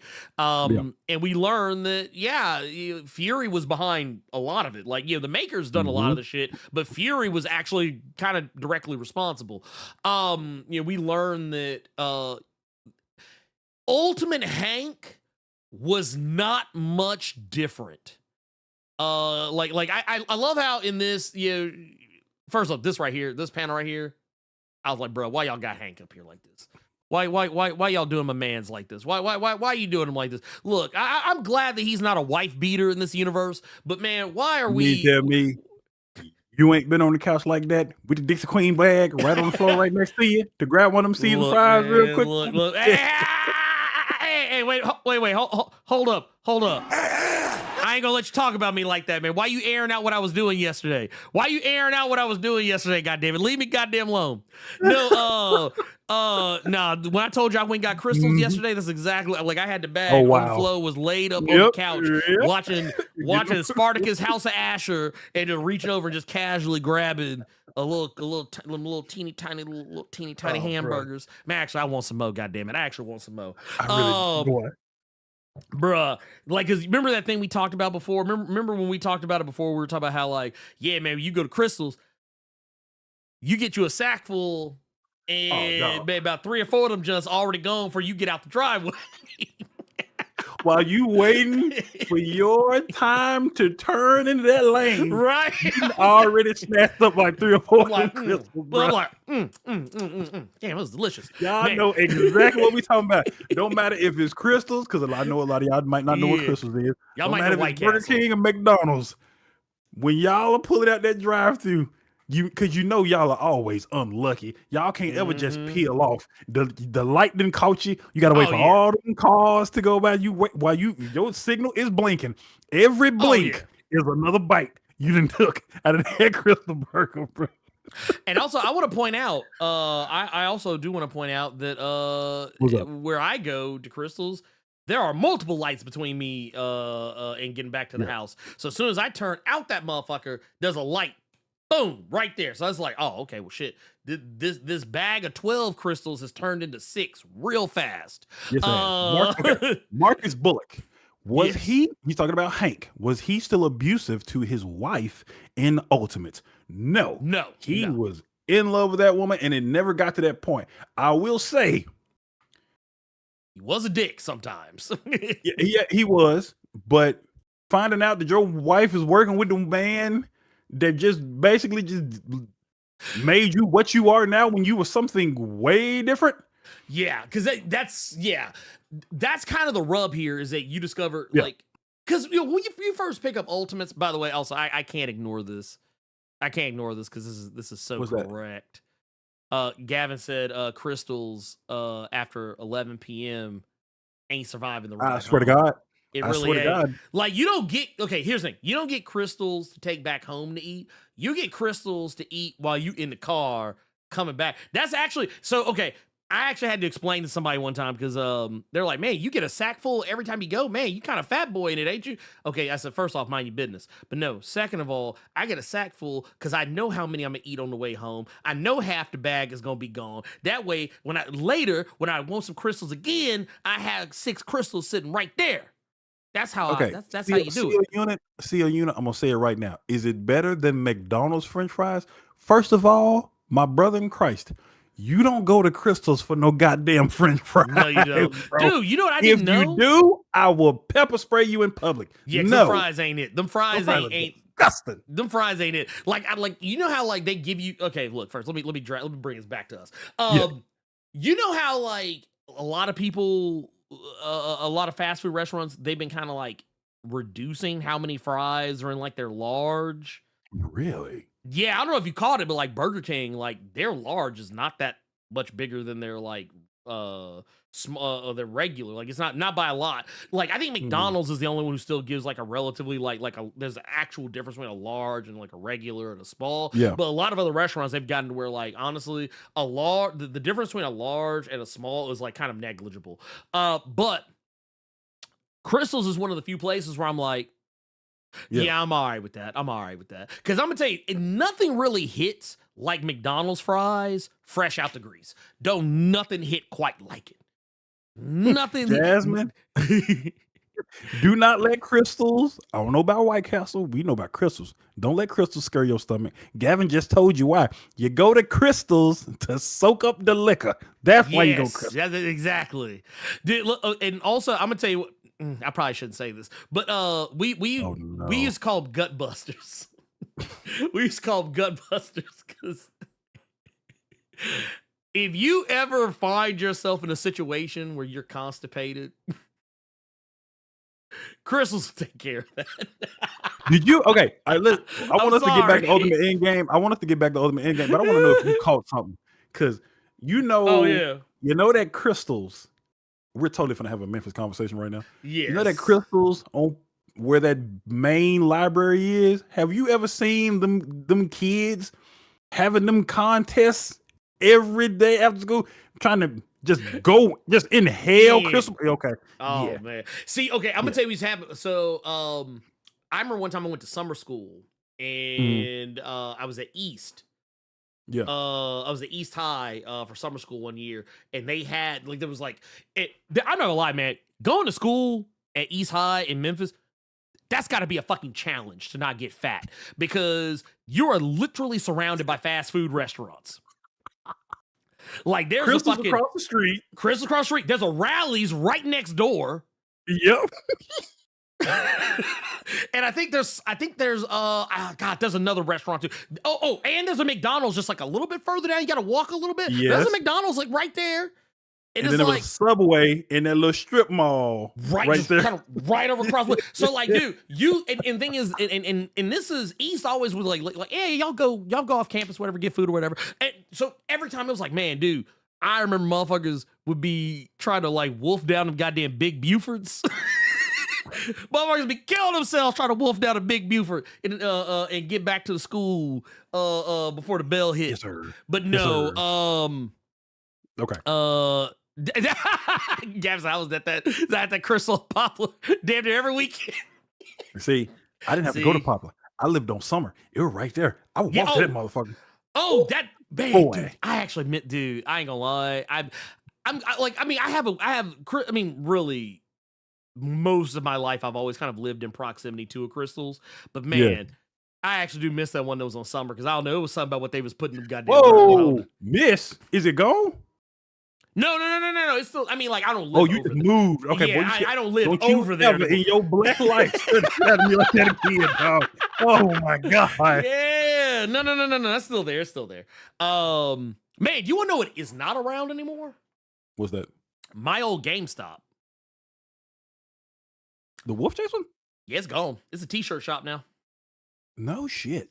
And actually, I just discovered yesterday, a lot of GameStops around Memphis are gone. There's only like I think 3, maybe 4 now. The one in Germantown, the Cordova, the old Cordova, that was gone. Yeah. I wonder if mine is still around, but nobody should go over there. Because I was at American Way. Yeah, American Way. Oh, I think American Way is good and gone. It's good and gone. Ooh. Yeah, it's okay. It's good. It's good to matter. But yeah, anyway, Ultimate Endgame. Yeah. Oh, back to Ultimate Endgame. I'm sorry, I apologize. But yeah, so basically, this man was a goddamn genius, and an accident happened. You quoted fingers accident that basically robbed him of his intelligence, more or less.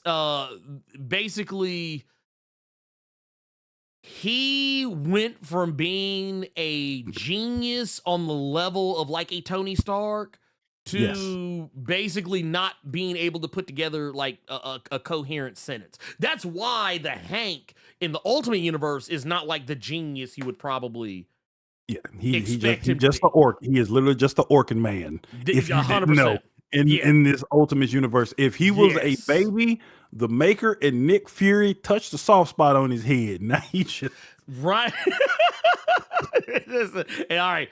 Get him up out of here. If you didn't know it, they were just dastardly evil. They touched the soft spot on Hank Pym's head, and now he's just a Fruit Loop. Yeah. But yeah, it's kind of wild. But yeah, by the time you get to the end of this, they do introduce. Now, okay, maybe Carter, you can help me with this because I feel like I've been kind of out of the loop on some of the Ultimate stuff. I've not really been reading as much as they come out each and every week.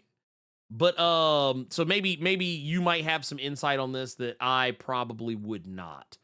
So one of the things, because I think the last issue I read was 17. That's the one with Doom. The one that was focused on him and trying to get the Fantastic Four back. Okay. That was one of the last ones I read, and I think I told you how my attempts at reading 2 years in went. I think I told you that. I think your attempt was just like everybody else because I have not met a soul who like 2 years in. Okay, all right, okay. So it's not just me then. Okay, cool. I feel a lot. I feel a lot better about that then. Okay. I'm absolutely positively fucking okay with that. Yeah. So when you get to the end of Ultimates 19. Yes. There's an introduction that is made that I feel like I haven't seen this character or this version of this character pull up before, but basically they haven't. It was just this issue. Okay, it was just okay, so it's not just me then. Cool. Which is everybody's question is like, why are you doing this at the end? Right? Okay, I'm gonna let Ernie lead y'all up to what he talking about. Go ahead. Maybe they really weren't gonna end it. You finna start it up again. Oh, you finna start it up again. But basically, so Janet reveals to Hank that she is the traitor. She is the spy, and that she did it for them. And basically, you can kind of get the idea that she wants to get their life back is why she's trying to do whatever it is that they're doing. Like, this is an attempt to get back what they lost, but it's going to be at the expense of everything else. And that's kind of what a lot of this issue is set up. It's basically Janet lamenting the life that first off, a life she didn't want to have at first. Like, they make it very clear that in the beginning, she had no intention of ever getting married.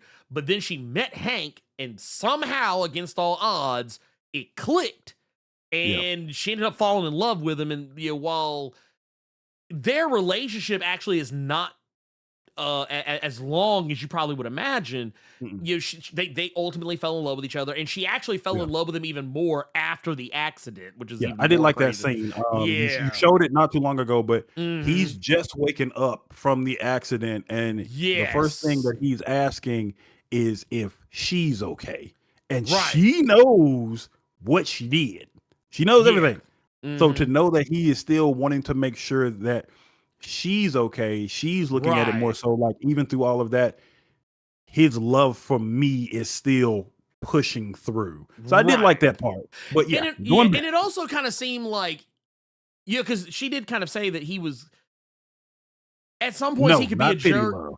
Yes. No, yeah. It's like a they kind of show some points where like he was kind of a jerk at some points, or he could be kind of like pig-headed, but like he always respected her and her ideas and her intelligence, and that like even if all that other stuff was gone, his love for her was still in there, and it made her love him even more. They get married after this against the and this is actually why he's the Orkin man, because they have no money because her family basically cut her off for staying with him, because it's not pity love. It was more so, I don't deserve the love of this man because of the stuff that I've been doing that he don't know.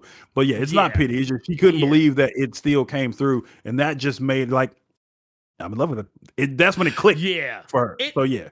And it's even more crazy as you get down to it, because they even kind of set this up early. And I wondered if this was intentional. And then when I turned the page after this, I was like, okay, y'all ain't slick. But she want to specify what you mean for them audio files. Yes. So basically for the audio files, there's a point where everything kind of starts clicking for Hank, where he's like, oh, wait a minute. You betrayed us. You turned against us. And she's like, I had a vision, Hank. And notice, I'd forgive you if you didn't catch it. Notice that vision is capitalized. It is not lower. It's not treated as just a noun. It's treated as a proper noun. It's bold as well, Ernie. It's bold. Yeah, it's also bold.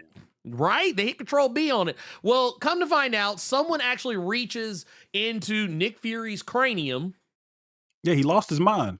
Yeah, literally, quite literally lost his goddamn mind.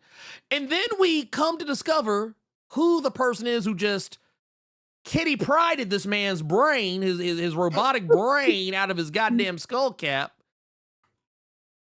It's Vision.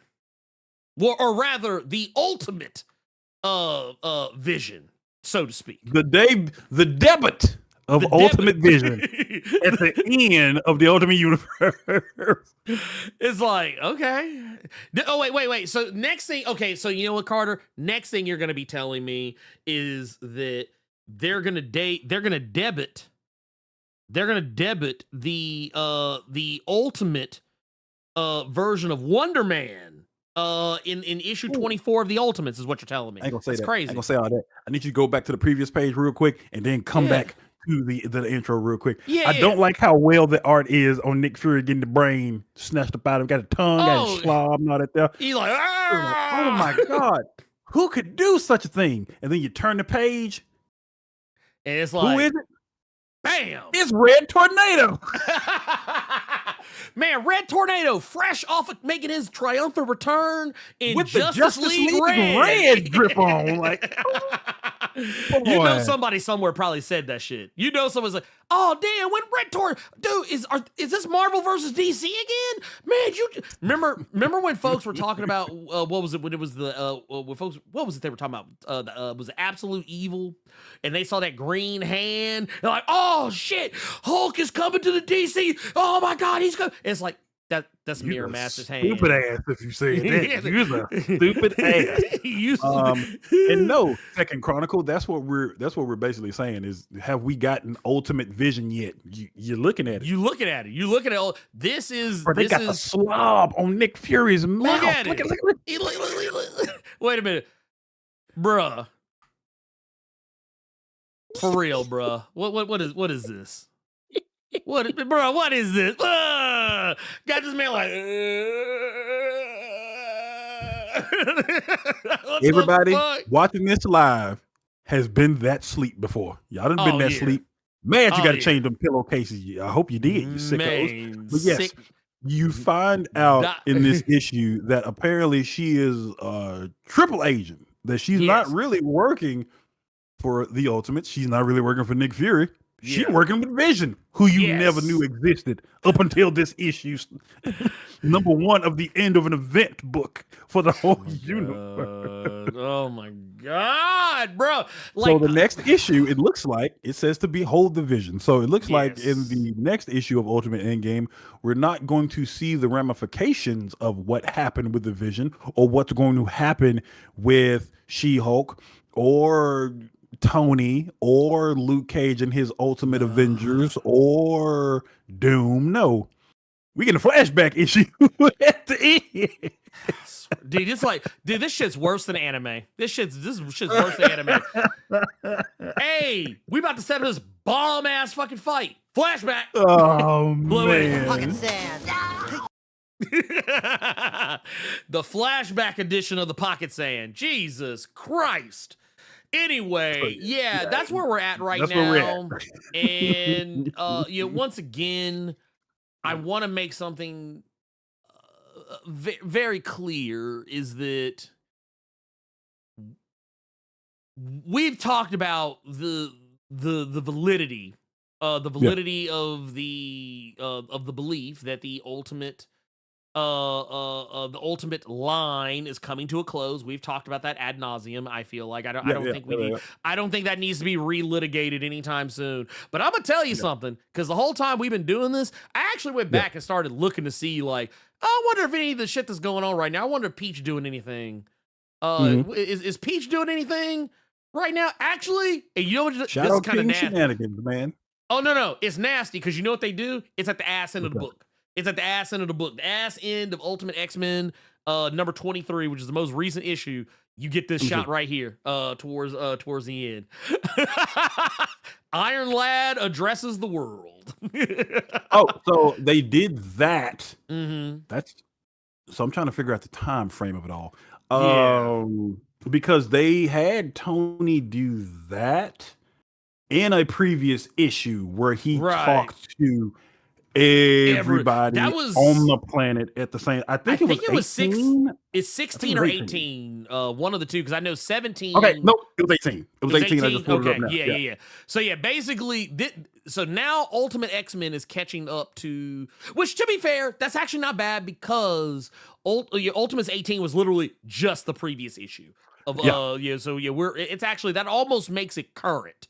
Damn near. So basically, that's kind of letting us know that, okay, Ultimate X-Men is finally getting involved in the shenanigans. The thing I was actually curious about, though, was Ultimate Wolverine.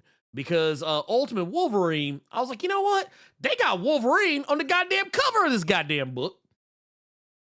They got Wolverine on the cover of this book. They got the maker on the cover of the Ultimate Wolverine book. So, question.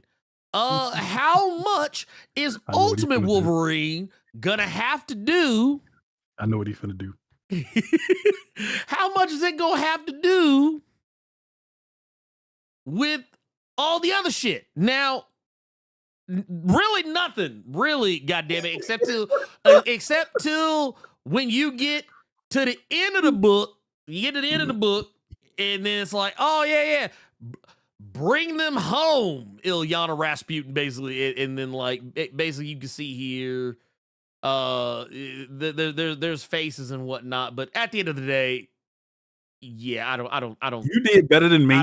I don't think that's gonna be anything. I don't. It's because I've been the one that's reading the Ultimate Wolverine. You actually gave Chris Condom a lot more grace, because you said at the end of the issue, if we keep it a buck,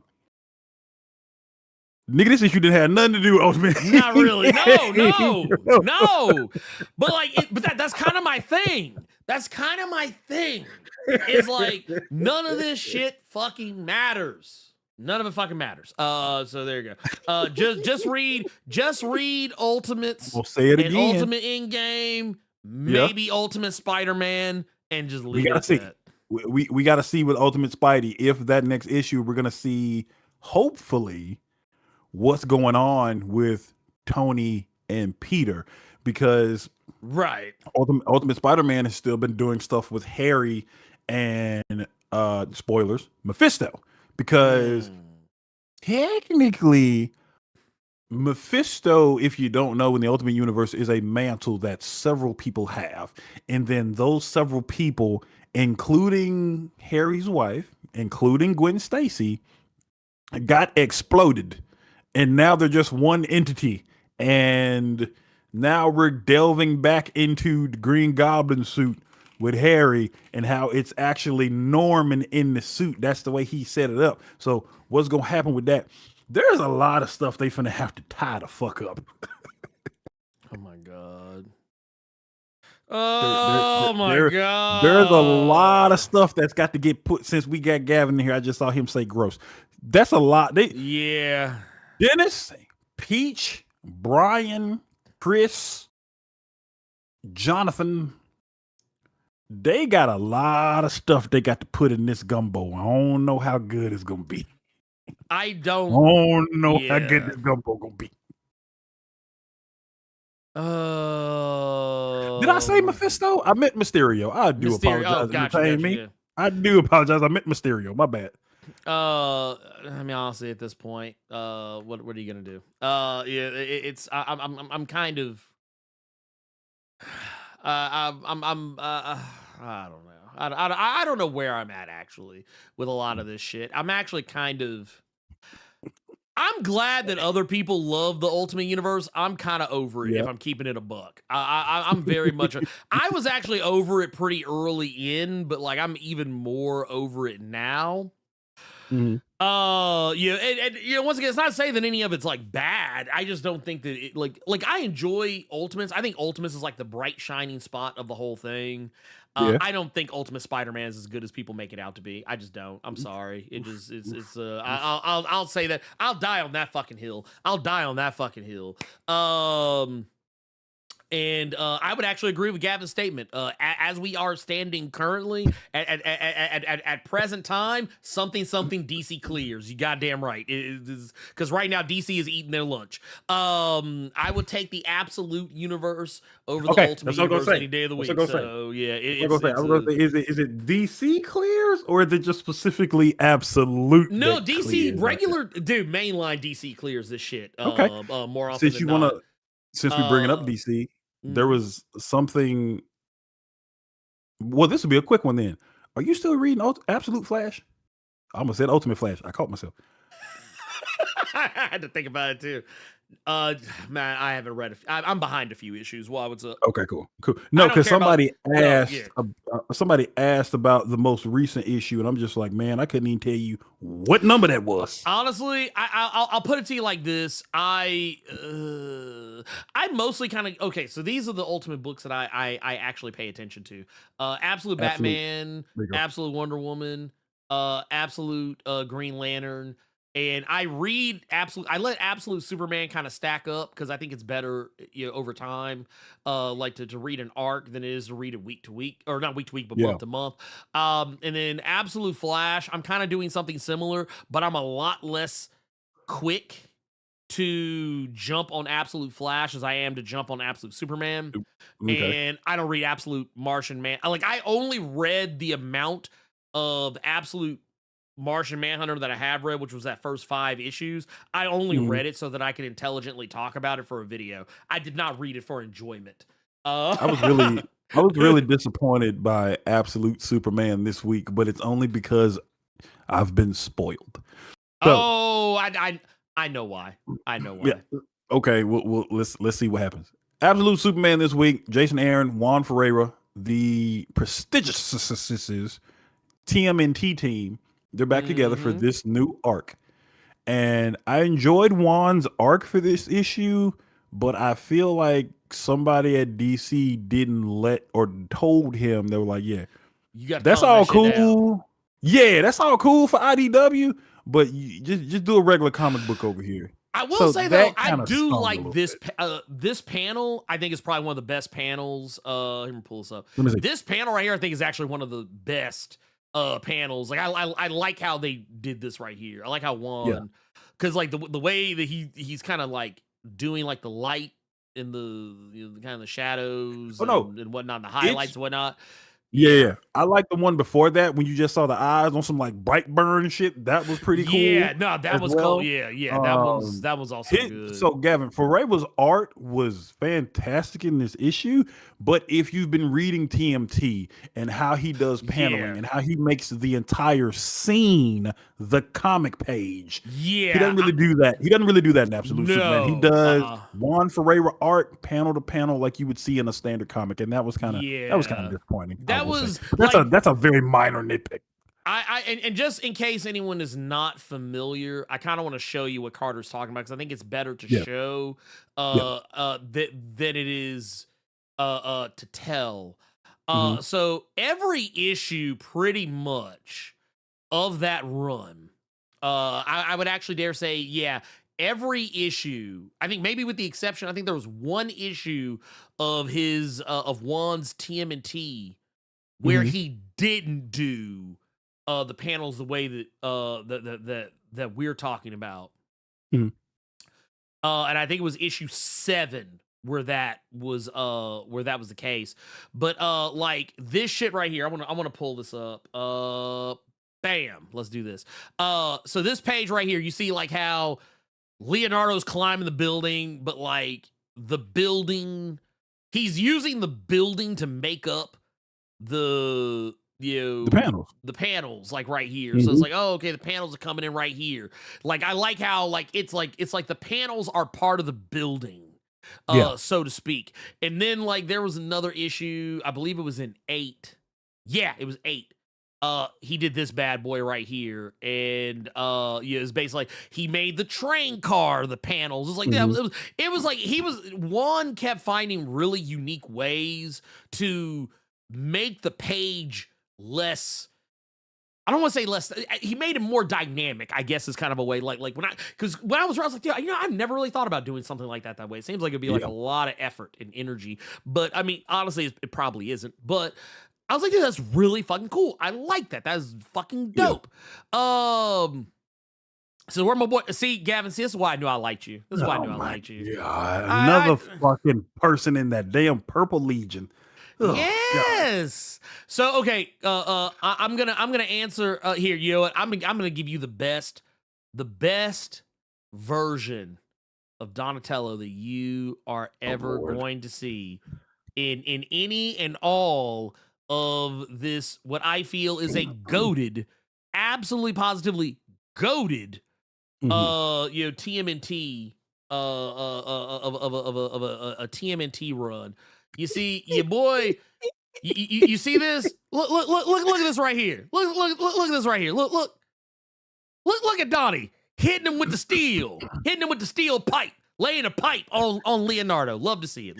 But okay, real quick, and this just goes back to why I was a little bit disappointed in Absolute Superman. One thing I will say: Steel Unit, take that red trunk shit somewhere else. It is not wanted over here. I'm enjoying Absolute Superman without them goddamn red Fruit of the Looms. You can take your ass over that thing if you want them red trunks. But if you can pan out a little bit in that shot, you see how it actually reminds me of J.H. Williams III in a sense where you have the whole fight scene happening, but then you have the panels taking place in the fight as well. Right, yeah. That makes sense. Yeah, that's why I was really hoping we would see him do some fun shit with Superman and didn't really get it to this extent. So he also, you know what it is? I never could put my finger on it. He had a way of making the turtles look like the old toys.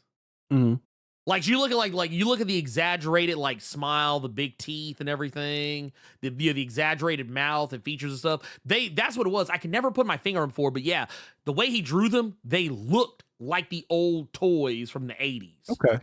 Go ahead. What you got? I want you to read Steel Unit's recent 2 comments that he made. I want you to read that. Oh, the entire history of Superman and everything about him as a human being or an alien, if you're a punk rocker. But what makes him himself?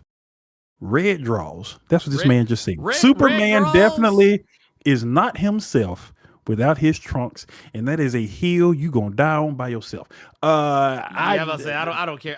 Honestly, I have no preference. Trunks on the outside, trunks on the inside. I actually don't care one way or the other. But I will say this: if you're gonna have trunks on the outside, lean into that shit. If you're not gonna have them, then lean into that shit. But yeah, I do love what they do with his cape on her. I don't know why that shit hadn't been done sooner.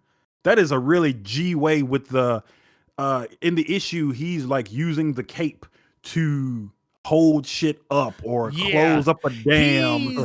That's what I like about Absolute Superman. That cape is fire. I like how they do that. Like shit like that. Yeah, he's done it in other issues, like not like maybe so much to that extent, but like if you like kind of early on in the Absolute stuff, there was like a point where he was using it like almost kind of like in a way that you would maybe expect from like the Venom symbiote or I think this is one of the shots I'm thinking about. Like right here, he's using it to like hold these people up. That's cool. Or like shit like that. Like that is one thing I will say. I like that the cape is actually like an extension of his normal like whatever the fuck. But but yeah, I thought that the most recent issue of Superman, I thought it was good. I will admit that I can't wait to see him get smacked with that ugly ass mace. With that ugly ass mace that that the absolute Hawkman. Yeah, for those who know what I'm talking about, this is the spoilers for the end of the issue, but this shot right here where he's just hovering over some, and we already saw what he did to Green Arrow. Now, granted, that was Green Arrow, but Green Arrow looked like a bomb you would see in like a Donkey Kong or Mario Brothers level, like the motherfuckers that be at the bottom of the ocean on James Bond movies and shit. That's what it looked. But you done drove past that bomb in an Aston Martin. You have. You absolutely done that. Oh yeah. But it still got Ollie's dried blood on it. But yeah, that looked like that shit gonna hurt, and I hate it for Superman right now. Absolutely, positively hate it for him. Aldous Hodge trying to beat his ass. Yeah, he's like, man, I'm about to get my lick back for how y'all did me in Black Adam. Cross is that fucking hella right ego since that season 2 trailer for Crosston came out. He got hella ego. He finna whoop Superman ass in this issue. Boy. Woo. Man, do you know, okay, I don't know if you've ever seen this movie, but you know sometimes you go back and you watch like an older movie and then you realize you like an actor that you're familiar with was in a movie you never realized they were in before? Yes. What'd you do it with? The Lady Killers. I have not thought about that. Goddamn. What made you want to watch the? Oh, wait. Let me ask this question. You talking about the because it wasn't it a remake? It's a remake. Are you talking about the Tom Hanks and Cedric the Entertainer one? Yeah. With the Paul brother in it. Yuck. Yeah. So I didn't realize that Aldous Hodge was in that fucking movie. Oh, I didn't know. But wow. He was one of the dudes. He was one of the brothers that went into the donut shop trying to get that donut money. I just see it like that. He was a dude that got the fingers stuck up in his nose. Remember when the general? No, I don't. Yeah, it was the guy who they had. I forget it was like the general or something like that. Basically, the two brothers go into the donut shop and they're not major characters, so I would forgive you if you didn't remember them. It's actually a way to showcase who the general is as opposed to who these two robbers are. But like they go into the shop and they're like, hey, we came here to get that donut money. And basically the dude comes from behind the counter and gets up and crosses his face and takes his fingers and sticks them up his nose and basically immobilizes him. And the guy's like, man, get your fingers out my man's nose. Yeah, I don't want to watch. So Aldous Hodge is around here giving motherfuckers the Tongan death grip in the nose. Yeah.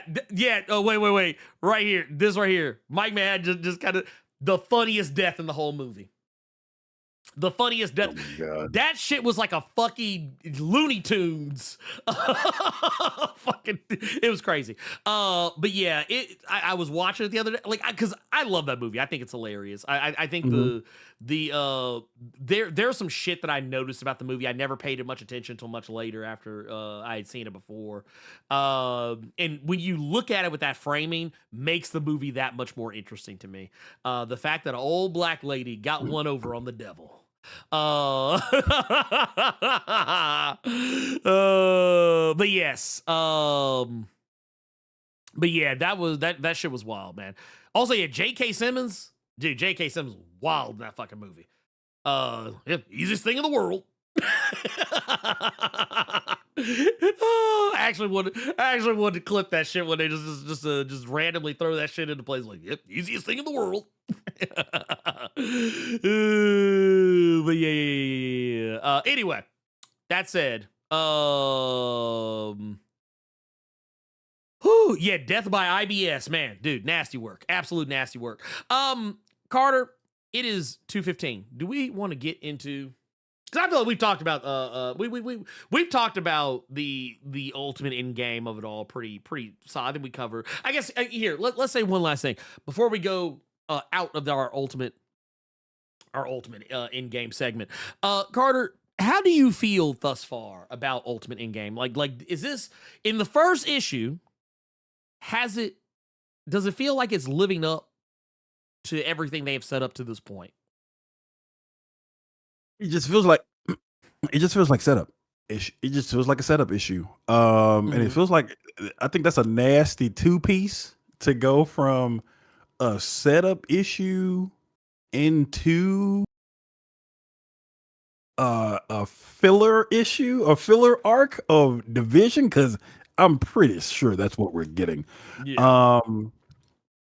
I think it's too early to say. I think well, not too early to say. No, it didn't. I'm lying. Well, you still got Spider-Man to see how that book is going go into Ultimate Endgame. You still have Black Panther to see how that's going to go into Ultimate Endgame. I think my answer is going to be I think it's too early to say right now. Too early to say right now. Yeah, I'm gonna leave it there. So I don't ramble. I'm gonna leave it there. I think it's too early to say. Yeah, you know what? I'll say this. I hope Ultimate Wolverine was a bug and not the feature, because that book didn't have fuck all to do with Ultimate Endgame, bro. You want to know why I'm gonna be real harsh about Ultimate Endgame? Let me hear it.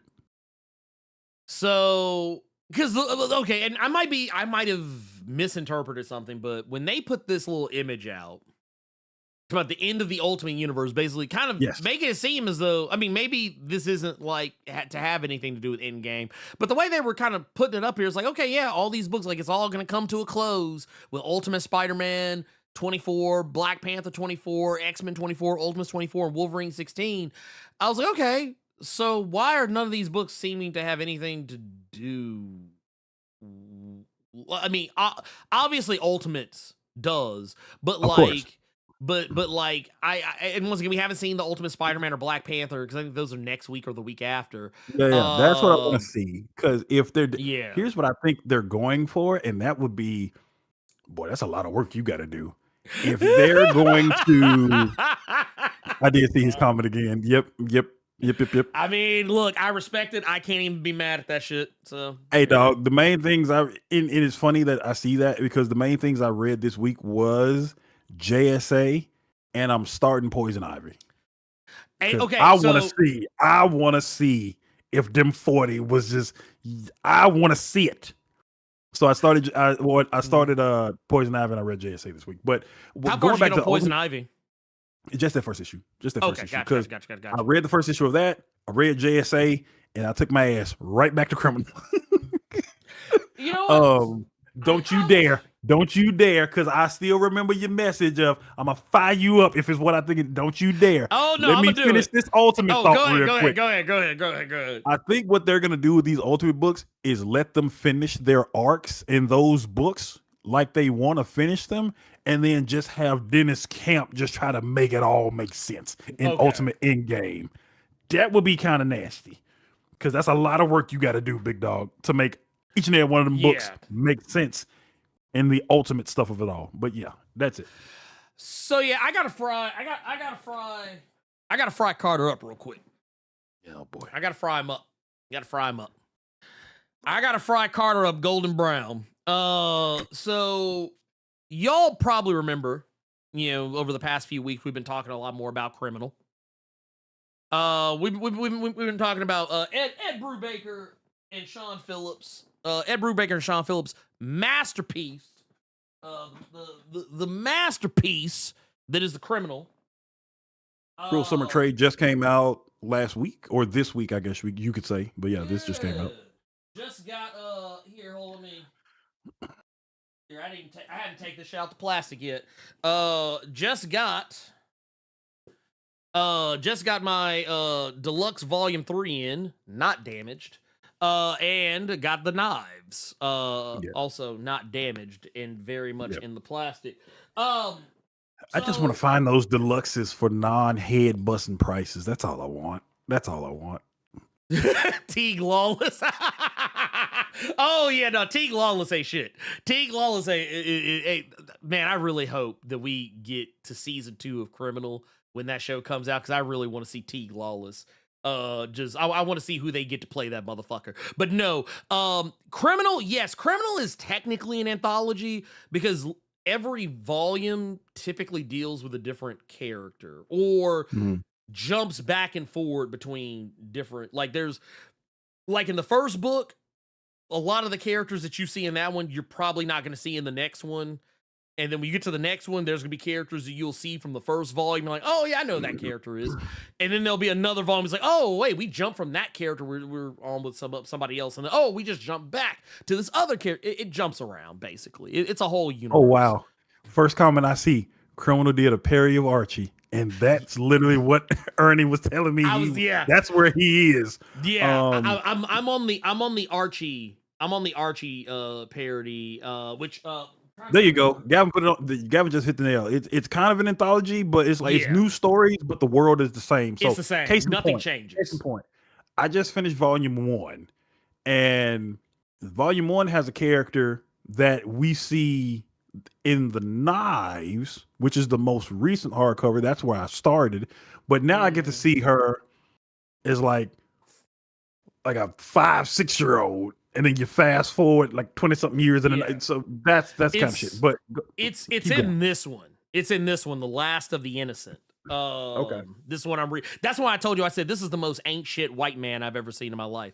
Okay. But no. What I love about it is man, it's fantastic storytelling. Ed Brubaker and Sean Phillips at their absolute positive best. And telling the types of stories that I love to read. But Carter has recently had his eyes open to the world of Criminal and has been really enjoying it. But y'all want to know why I'm mad at Carter? He could have done this a long time ago. You want to know how I know this? Y'all know how Carter's been like, man, I'm trying to get this criminal, that criminal, blah, blah, blah, blah, blah, blah. I'm trying to get all these different criminal books. Man, I just want to get them so I can read them. Da, da, da, da. Y'all know he could have read them shits 5 years ago. You're probably asking yourself, but Blerd Without Fear. How? Why? How do you know what he could and could not have done? Well, I know why, because there was an Image Comics Humble Bundle. Came out during COVID. Some of you know I love Humble Bundle because you get so many comics. I actually got all the digital versions of these. You can't see them right now, but all those TMNT hardcovers that I have, they had a Humble Bundle to get all of them digitally, and I was like, fuck it, why not? I was like, I already own them, but I mean, shit, I'll drop $25-$40. So no, it has nothing to do with Global Comics. Humble Bundle had an Image Comics bundle that had, what was it, Carter? We determined it was the first 5 or 6 trades of a criminal that were out at the time. Mm-hmm. And now you're probably thinking, Ernie, you could have gave him the bundle and you didn't. So it's your fault. It's your fault the reason why he wasn't able to partake of the Ed Brubaker and Sean Phillips of it all. Well, I'm here to tell you it ain't my fault. Carter gave me that bundle. I have the bundle because Carter gave me the bundle. He gave me access to it.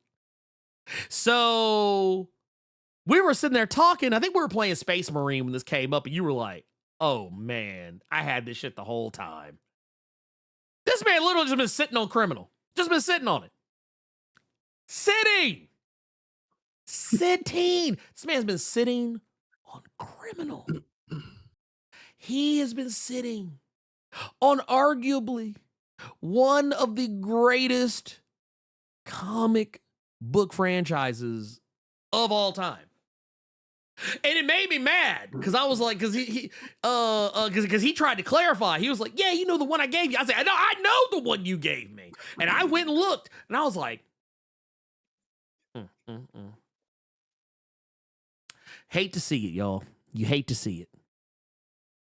Hate to see it. I was like, man, you could have been put on game about the majesty, the pure majesticness, the pure majesticness. See that? See them names right there? You see them names? You could have been a real one. No, I'm just fucking with him. No, I just like that I can fuck with him about this. So I see that Mike Manhattan 93 is in there. He says also check out a book called Stray Bullets. Oh yeah. Mm-hmm. So this ain't gonna do nothing but make this pit even deeper for me.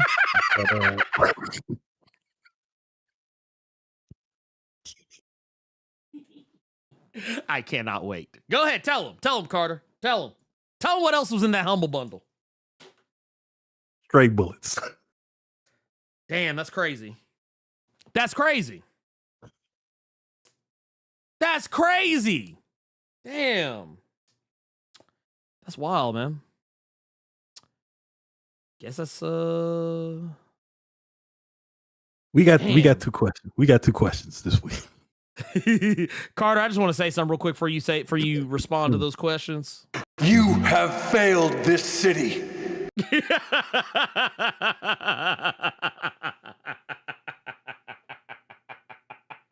Also, I just want to say this too. Wouldn't let that shit happen to me though.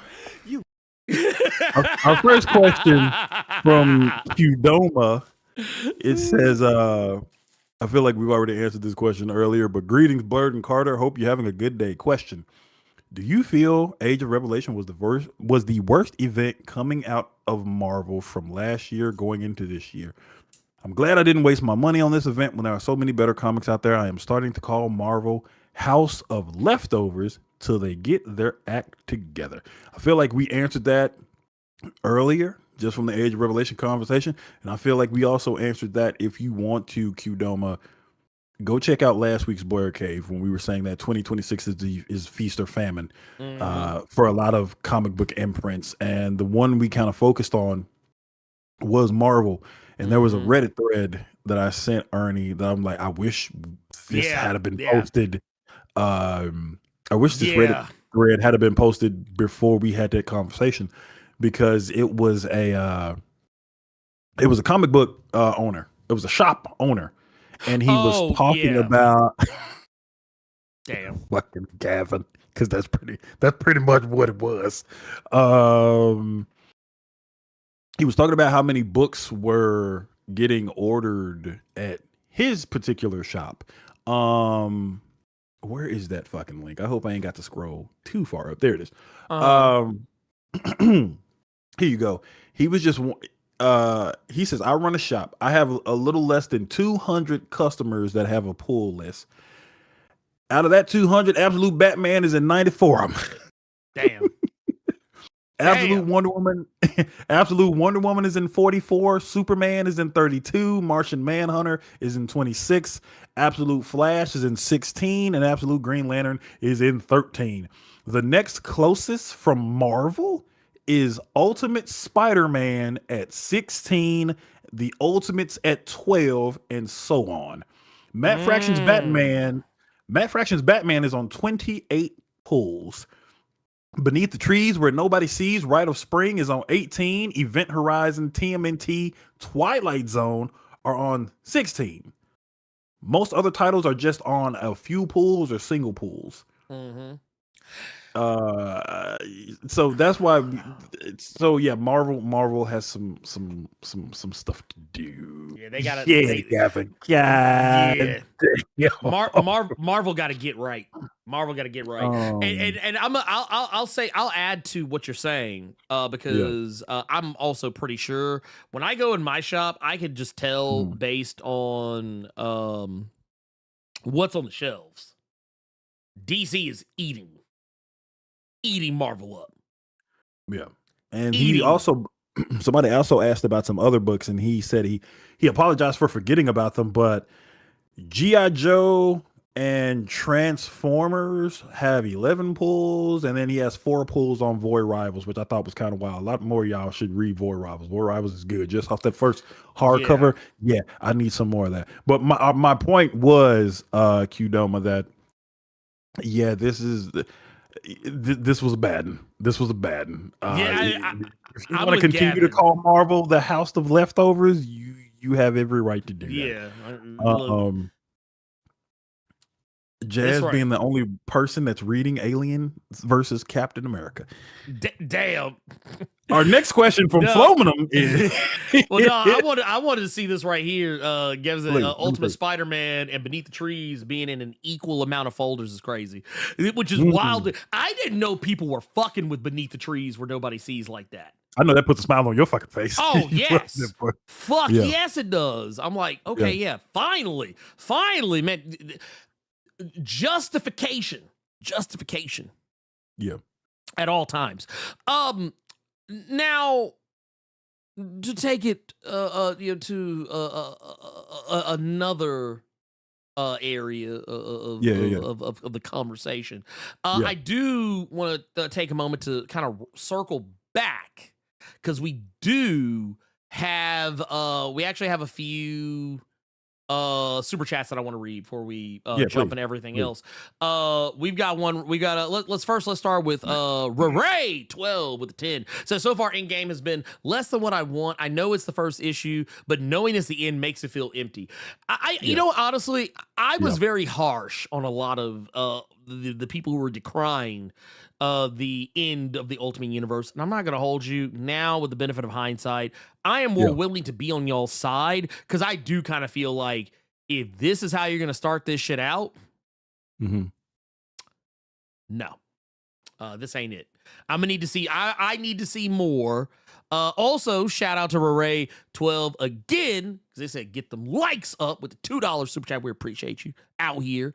And then we also got Don Heim over the 24 months of the Blerd Club Gold Mine. Says Ultimate Books. This is 90s end of the 2099 line. Ooh man, cut off all these cut off all these puts and finishes out in one combined book that means nothing. Yeah,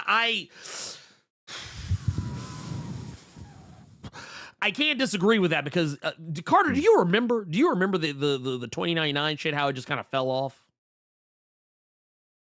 You talking about early 2099 or Steve Orlando 2099? Oh yeah. Okay, yeah. The original 2099. That I do. Yes, I do. Yep. That shit just was like, all right, cut the lights out. Everybody get the fuck up out of here. Let's go. Come on, wrap the shit up. Wrap it up. But yeah, that's basically to my understanding what it was, more or less. That said, let's get back into our shenanigans. Yeah, last question from Flominum. He said, "Yo, Carter Magnificent the Great." That's a lot. Have you gotten any further with Ordeal, the webtoon? Also, Grand Plan Man Earn. These are some very okay. Have you read Blood Stained Teeth, which is on Global Comics? Yeah. So, okay. Wait, yeah, that was ways back. Shit. God damn. I kept getting Bloodstained Teeth mixed up with Redneck, and I didn't know which was which. I just assumed so it was both country vampires. Okay. But Ordeal, Yeah. I got to episode, because they call them episodes in these webtoons. Yeah. I got to episode 5, and then the Ed Brubaker, Sean Phillips handicap match started, and I've just been reading Reckless and Criminal stuff ever since then. Yeah. So I got to get back to it. I also, admittedly, I don't read a lot of webtoons, mostly because I actually don't get the format. I don't find the format appealing. Like, having said that, I will probably end up, like, with future releases of my own stuff, we'll probably maybe have someone go back and format mine in that manner. But I personally, that format's not for me, so that's why I don't really read many, if any, webtoons or verticals or whatever the fuck people want to call them. They're not my jam at all. I'm like, man, look, you put this shit in a standard book format, and then we could talk. But that shit, that shit is not it. Anyway, here's the thing: don't tell me to give it a chance. I've tried. Don't look. I'm gonna stop you. I want to stop you before you get ahead of your skis. Don't tell me I could give it a shot. I have multiple times. 10, 15, 20, I'd say 30 some odd different occasions. The people are like, oh, check this out. And I'll find out it's a webtoon. I'm like, what does that mean? What do you mean? No, not what you said, just what somebody in the chat responded to that with, what does that mean? I almost thought that was Taco when I saw it. Oh, Jackson, I see that. Yeah. You know what? Here, let me help this person out. Oh, he's gonna do it. He's gonna do it. Yeah, let me help. Say something. No, I ain't got time for this type of shit. So there you go. Let's just go ahead and bam, there you go. Have fun with that. Anyway, bye. I ain't got time for that shit. So look, for Ernie, have you considered giving it a chance?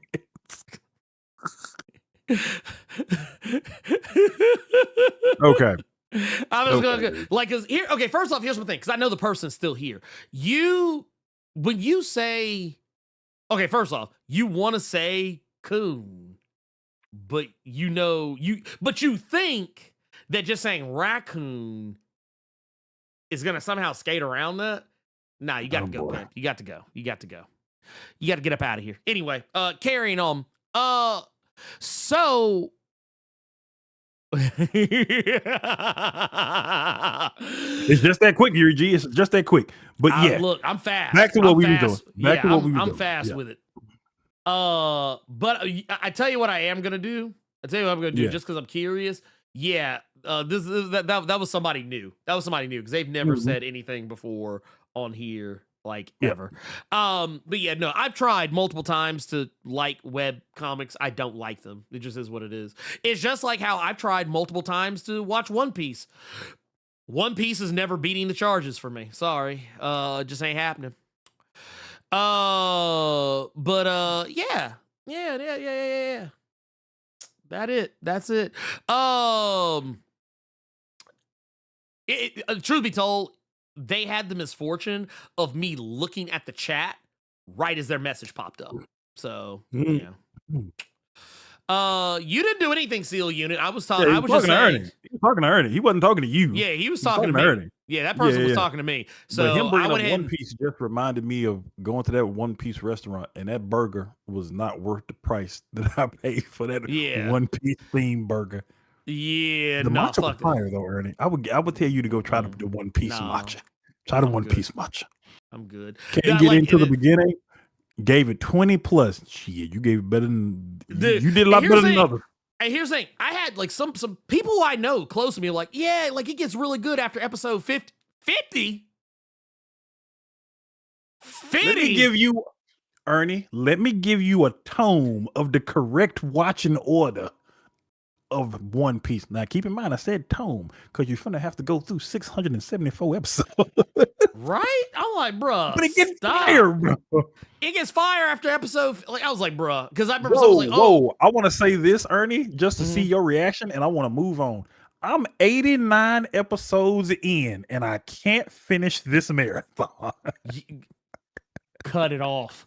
Cut Cut that it off, shit big off. dog. Cut it off. Because it ain't getting no better. Everybody keeps telling me how fire One Piece is now. And I'm like, the fact that, like, I couldn't even get through the first 50 episodes. Like, I watched, what was the first movie? Was it East Blue? Whatever the fuck it's called? I couldn't even get through the fucking movie. I fell asleep on the fucking movie. Because someone was like, oh, if you watch the movie, it kind of sums up everything. I was like, bruh, no, get the fuck out my face with that shit. If you, look, okay. If you can't be good off top, if you need, like, okay, I get it. There are some things where I'll make exceptions. Like, case in point, I'll be the first person to tell you, as much as I love Parks and Recreation, I think the first season's ass. The first season is ass. But here's the beauty of the first season of Parks and Rec. It don't fucking matter because the show really starts in season 2. Like, you could really treat the entirety of season 1 as the pilot episode. It's just that fucking terrible. Yeah, there's some jokes that are funny in there, but let's keep it a buck. I don't know anyone really who likes the first season of Parks and Rec. And even though I don't really fuck with The Office like that either, but I know a lot of people who often would tell me, like, yeah, I kind of get why you don't like The Office because first season was kind of balls. I'm like, okay, at least I know I'm not going crazy here. And I have gone back because, Cynthia loves The Office. And because of that, I have actually watched a lot of The Office because she's rewatched it multiple times, like from start to finish. So I have seen The Office, like I would dare say across multiple sittings, I have probably seen every episode of The Office. And I can attest they are funnier later on. That first season was not it. And I kind of feel like when it comes to television, it's a little bit different. You kind of have to judge on a case by case basis. Like, yeah, if we're talking about a season that, like, I think Parks and Rec season 1's only like 6 episodes, if that. And I think, like, I forget how many The Office is or whatever. But these are also shows that are mercifully short and ultimately do not have an overarching narrative that I need to follow. I'm just following shenanigans. So that's why I'm a little bit more open to the idea. Like, I'll tell people, Buffy the Vampire Slayer. I don't like the first season of Buffy the Vampire Slayer. My ex-wife, who got me more into it, she made me start at season 2. I was fucking lost. To the point I eventually went back and watched the first season, and I was like, yeah, actually, I didn't miss shit. So, yeah, sometimes you just kind of have to have context for why people say you can skip. I don't like that whole, oh, you can skip the first season, da-da-da-da. You can't do that with everything. There's some shows you can, there's others you can't. They're very few and far between. Anyway, that's neither here nor there. Moving on from that,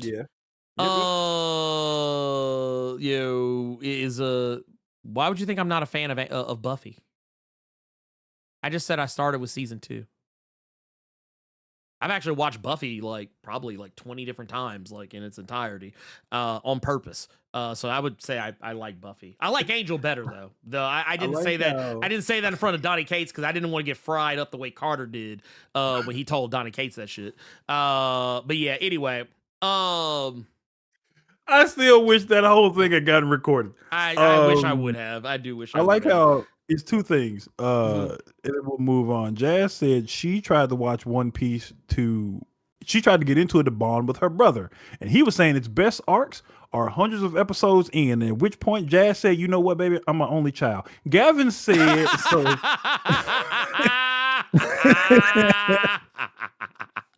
Gavin said, first thing. No. This right here. I didn't catch the Jasmine said this earlier. So how you fell asleep with all that yelling that Luffy be doing. I was good and gone. Honestly, I probably died. And just didn't know it. But no, carry on. But no, Gavin said, so first thing, go to One Piece and then you scroll. All right, now start here. You probably on episode 473. Oh, now you got wild. some heat now. You got some heat now, bro. That's that honey heat. That's that honey heat we throw it at you. Well, no, like I have a couple of friends of mine that are like super duper mega ultra into One Piece, and whenever they start talking about it, I turn into Grandpa Simpson. Would Grandpa Simpson walk in the room and then immediately walk back out? When I see them talking about One Piece, I'm like, whoop, I'll see myself out. Because I have no frame of reference and I don't care. You can't make me care. There's not enough money to make me fucking care. People have tried. There've been several super chats that have tried. like here's the thing, and I want people to understand this. I have tried no less than 10 times to watch One Piece. So anyone telling me, man, just give it another chance, you have no idea what you were asking. Yeah. You have no idea. I want us to move on, but I also want to, you know what? I'm not even, nope. I'm going to ask him after the show. I'm going to ask him Wait. Why would I not be a fan of Afro Samurai? I mean, to be fair, I don't like Afro Samurai as much as everybody else does, but where are people getting the, you don't, where so are you must Afro not like Samurai this. and Samurai Champloo coming in? Like, what are we talking, what? Who? Seal unit, I'm gonna need you to calm down. I need you to slow down. Please slow down. I think Mike Manhattan. I'm gonna ask you the same question Robo asked you on Thursday. I have to ask if you have the tism. If you have the tism, it's okay, but I gotta ask. I have to ask. Anyway, we all have a little bit of the tism. Some of us have it more than others, and it's okay. My child has the tism. My child has the tism and ADHD. Trust me, that's how I know, because it's reminding me of talking to my child. With that said, see, there you go. I was right to ask. with that said, I'm not going to hell for you. I mean, Carter, what are you doing? I don't know, Ernie. I was going to ask you, did you want me to go get you that Captain America Lives today?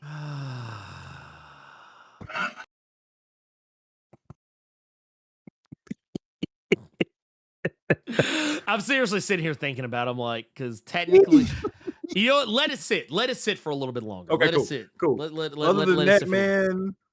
than that, I'm chilling today. Unless you try to play something, I might cut a stream on because I do want to play that Jackbox with you all. But no, you say you don't like One Piece, and now a bunch of stuff is being attached to your statement for no reason. For no reason. You don't like One Piece. Oh, you must hate Samurai Champloo. What? It's like you hate One Piece? Oh, so you just hate living single too, huh? You hate living single too, huh? I bet you hate Martin. I bet you didn't even like Martin. Yeah. You don't like Martin? I bet your ass didn't like that Shang-Chi Marvel movie either, did it? You know what? You know what? You said you don't like One Piece.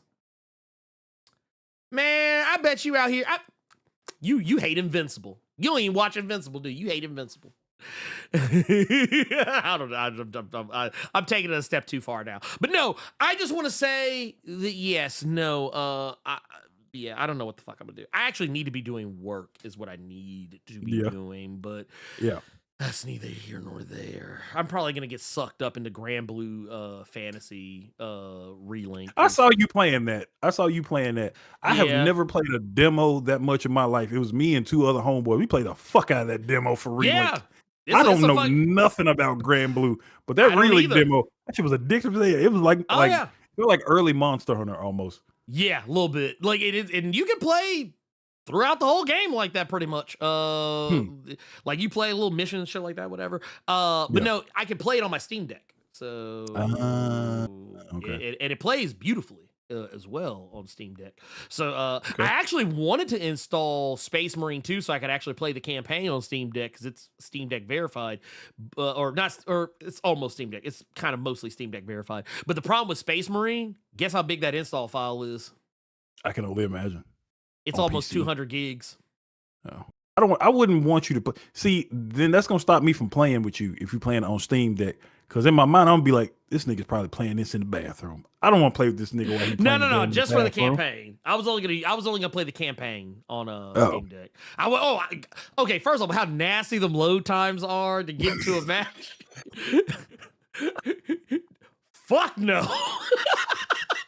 Hey, hell still no. blows my mind that even on PC you got to deal with them obnoxious ass load times. But that's good to hear that you playing Relink, because I know Expedition 33 had you in a chokehold for a minute. I'm trying to get back to those I beat games. it, so I kind of have to be done with it. Got you. I'm trying to go back to them games that whoop my ass. I'm trying to finish those. So I re-downloaded Armored Core, re-downloaded Elden Ring, and some other stuff.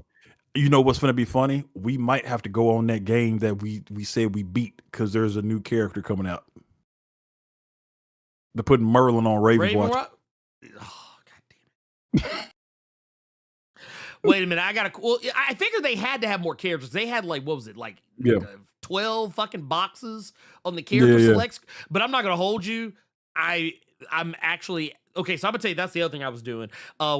Before I went to bed last night, I was playing No Rest for the Wicked in the bathroom. And 20 seconds can't come fast enough, bruh. So we can finally do that co-op. I will actually stream that co-op. Dude, here's the thing. So one thing I've been figuring out, because I've actually made it to the point we were. Can you both do a stream about Raven's Watch? I'm gonna tell you something funny. I've thought about that, and the way I was going to do it was that Ernie and I were gonna be like we were now, but I was gonna take Ernie and put him in one corner, and then put me in the other fucking corner with our cameras on, and then we were just gonna play Raven's Watch. I've had that thought in my head. Yeah, it's something I wouldn't be actually. See, here's the thing. I would actually love to do that, or like play like Absalom, or because I'm not gonna hold you. I still go back to Absalom every once in a while, but like no Rest for the Wicked. The thing that's kind of kicking my ass about that game is, so I made it back to where we were in the co-op. Yeah. In the co-op beta. So do you know them brothers we were having trouble with? Yes. Win soloed them. With magic. I was eating their ass up.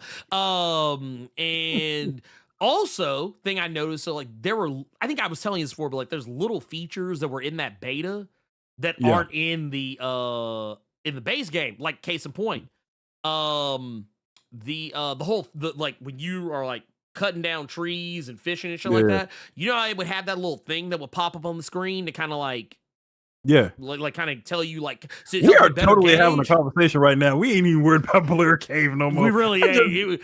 We peeped that out.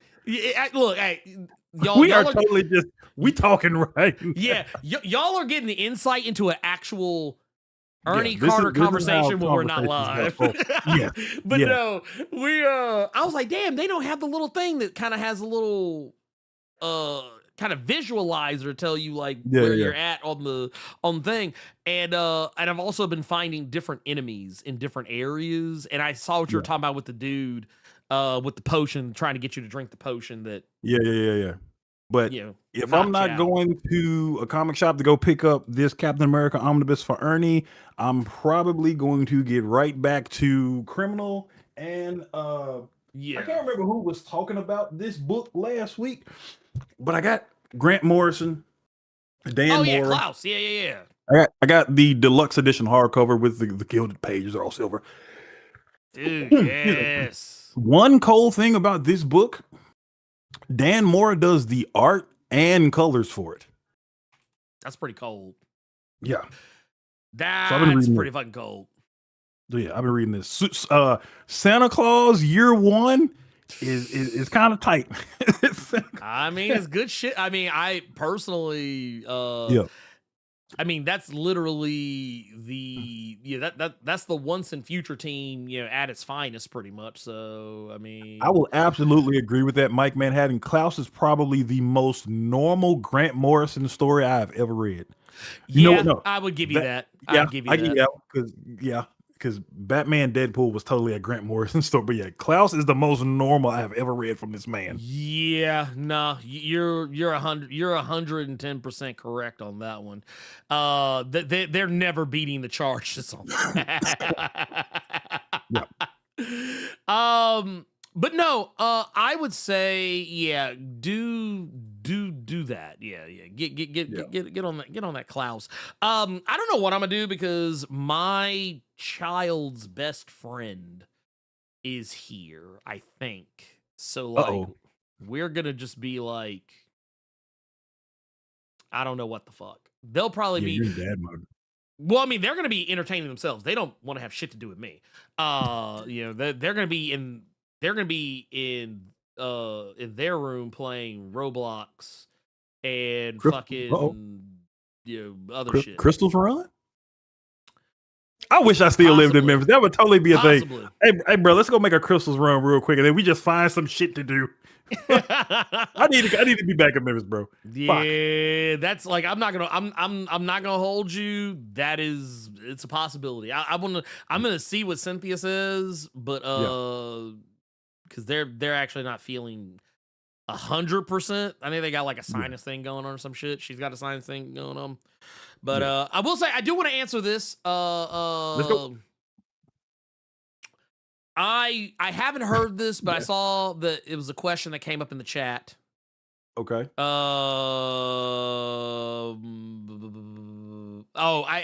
Man, Gavin, I feel your pain. I guess Roblox got his kids locked up. Mine, they've recently discovered that they like playing other video games, but they still always go back to Roblox. Like, even when they talk shit about how much they don't like Roblox, they still go back to Roblox. Somehow, mercifully, they gave up on Minecraft. But no, Mike Man. What question? Mike Manhattan asked if we heard the story. Let me pull this back up. You ever heard the story of Jim Steranko slapping Bob Kane? I had never heard that. And now, now I have to look it up. And while you look that up, Tube's the one in the Blerd Club Silver Age for 48 months. He said, have you seen Leverage, i.e. criminals versus capitalism? Yes. That shit's wild. Wow. Oh, didn't they make a new version of it with some of the cast? Yeah. How was that? It came. I haven't watched that yet, but I've heard good things. I just know that the one dude, and this just goes back to what you said earlier. One of the like the tough man or the ass kicker of the group with the long hair. I just remember him because he was on Angel. Yeah, Lindsay. That's Lindsay. All I know him as is Lindsay. Oh my god, dude! Yeah, I love that shit. Damn. That man said you wanted us to go to. Steranko is a cold 5'5" at most. Jesus. Oh my god! And apparently, I found a video of that motherfucker.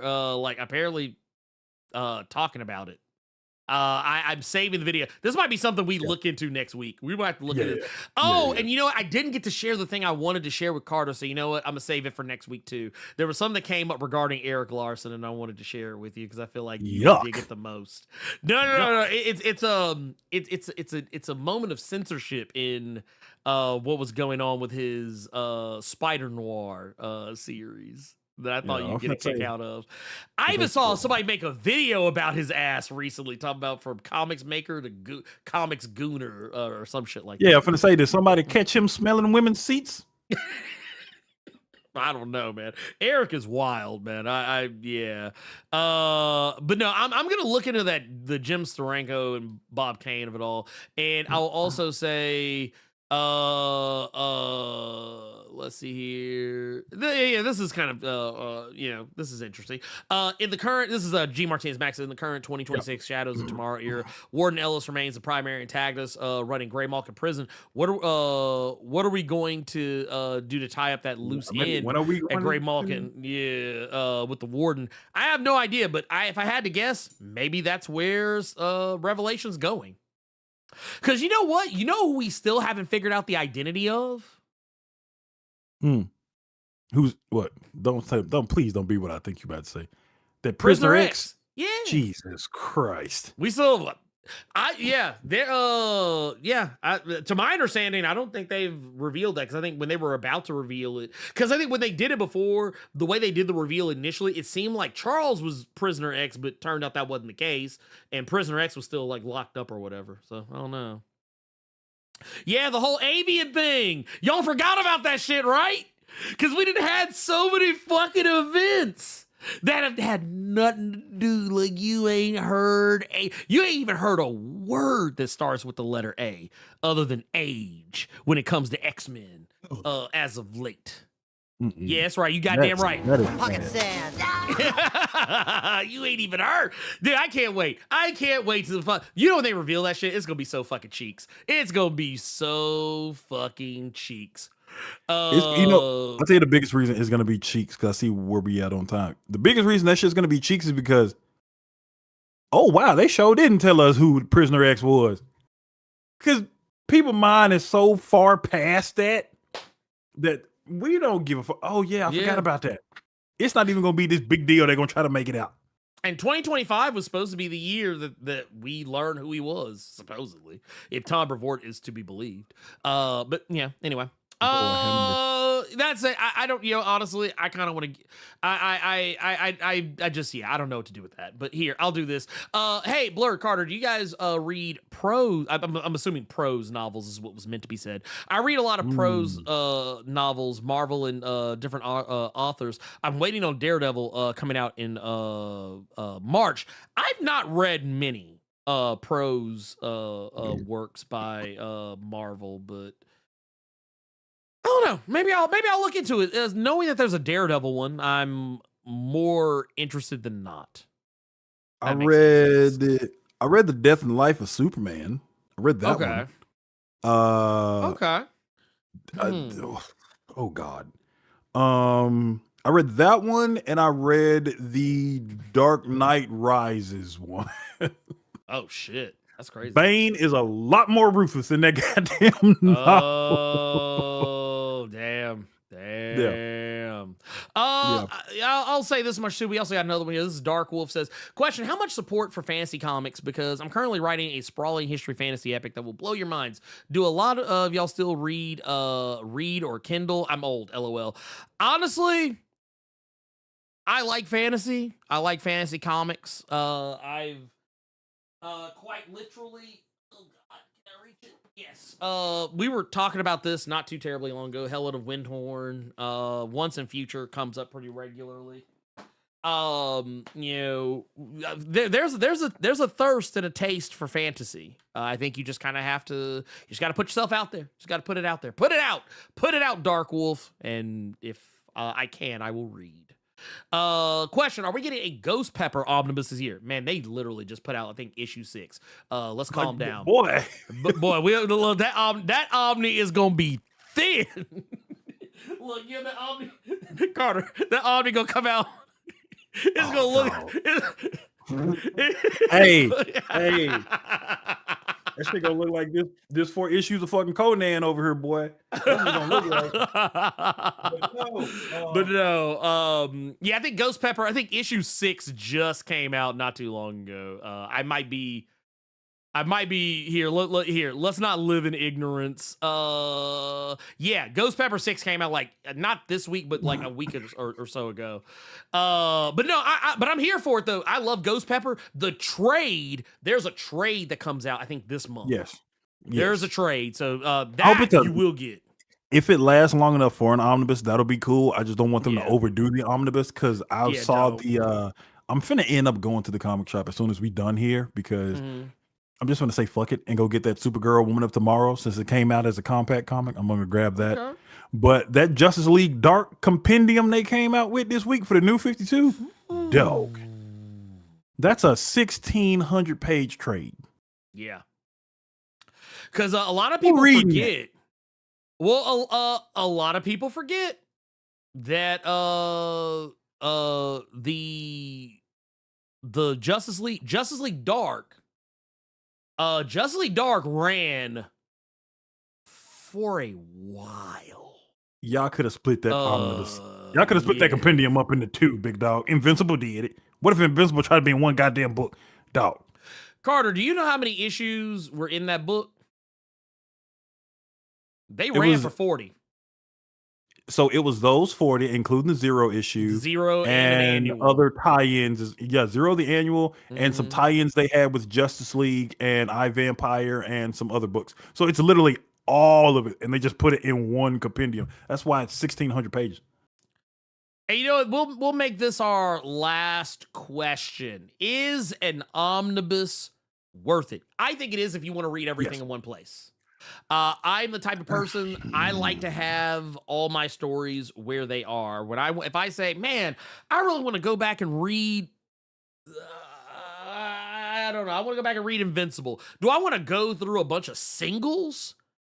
Fuck no. And I don't want to have a whole bunch of trades sit on my shelf either. I want just a big, nice book where I can just go through and just read that bad boy and it just be See, good.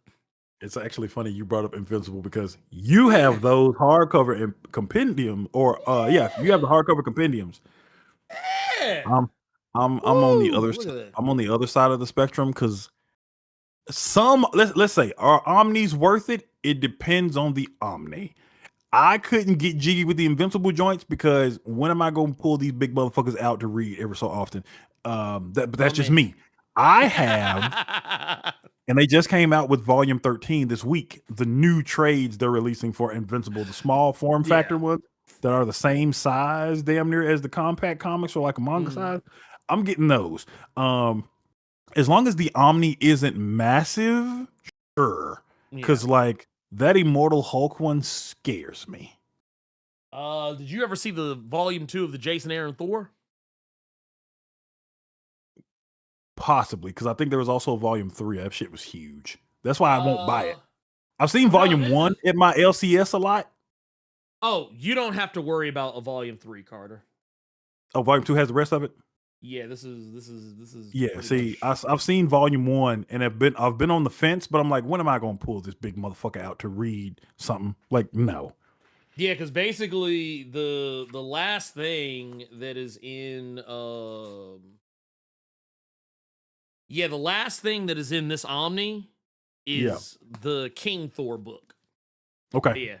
Yeah, this is everything. But look how it's the same thickness as Immortal, because it has Mighty Thor 13 through 23, and 700 through 706, Unworthy Thor 1 through 5, Generations, Unworthy Thor, and Mighty Thor. Mighty Thor at the Gates of Valhalla, Thor number 1 through 16, War of the Realms number 1 through 6, and King Thor number 1 through 4. It's a lot. It's a lot. It's heavy. It's the same size as Immortal Hulk. This boy thick. This is thick. This some thick shit right here. Like you look at that. That's a lot. That's a lot. That's a big book. That said, I don't have anything else. I'm gonna just kind of say for those who are curious, or as we would say in the expedition, for those who come after. I will say, please be a jewel and go check out one of my latest videos. This is the Blackest Comics of 2025. We put this video out last week. It's been doing really well and just kind of reaffirms the new direction, or which is basically the old direction. But I do recommend go check that out. Like I said, it's doing really well. A lot of black authors, writers, creators have been really happy about this video as well. A lot of our people, a lot of our favorite people made the list. You'll see me talking about books like Temporal, Bronze Faces, Roots of Madness, Bitchcraft, as well as They Choose Violence and stuff of that nature. A lot of books off the beaten path.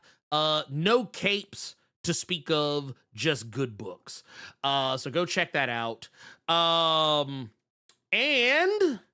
I will also say, if you're curious any at all about the recent kerfluffle that has been going on with the whole debate of the X-Men and Charles Xavier, Magneto, and MLK and Malcolm X, go check out the most recent episode of Nerds of Culture where we talked about it in grandiose fashion and fried up some people. It was really good. Even if you disagree with the sentiment, honestly, I mean, if you're disagreeing, then you're just choosing to believe a lie. But if you choose to ignore the facts, that's your choice. But if nothing else, we lit some people up. So there you go.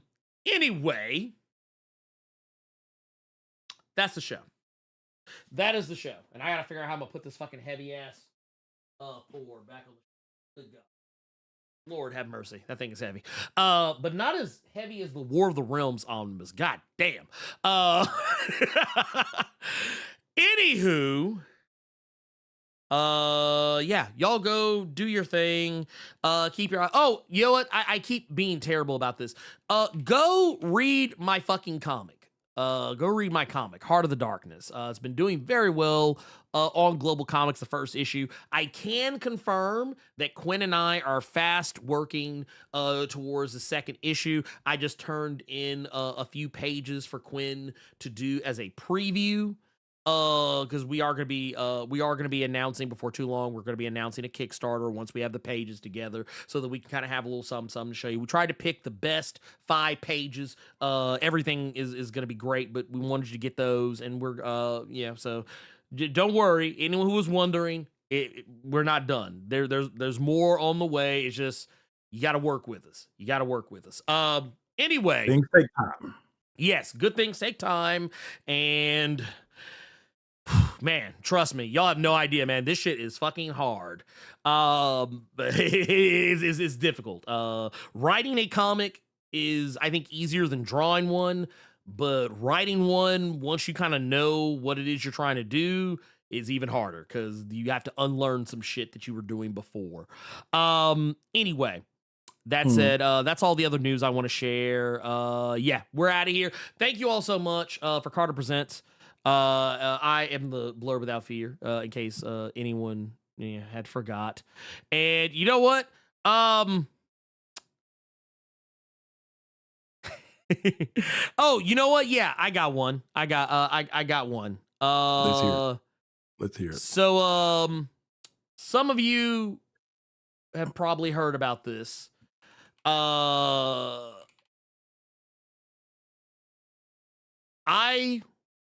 want to make something very clear in case anyone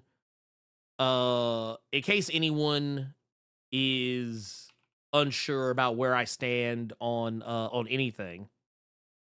Mhm. The ICE agent who killed Renee Nicole Good, as well as the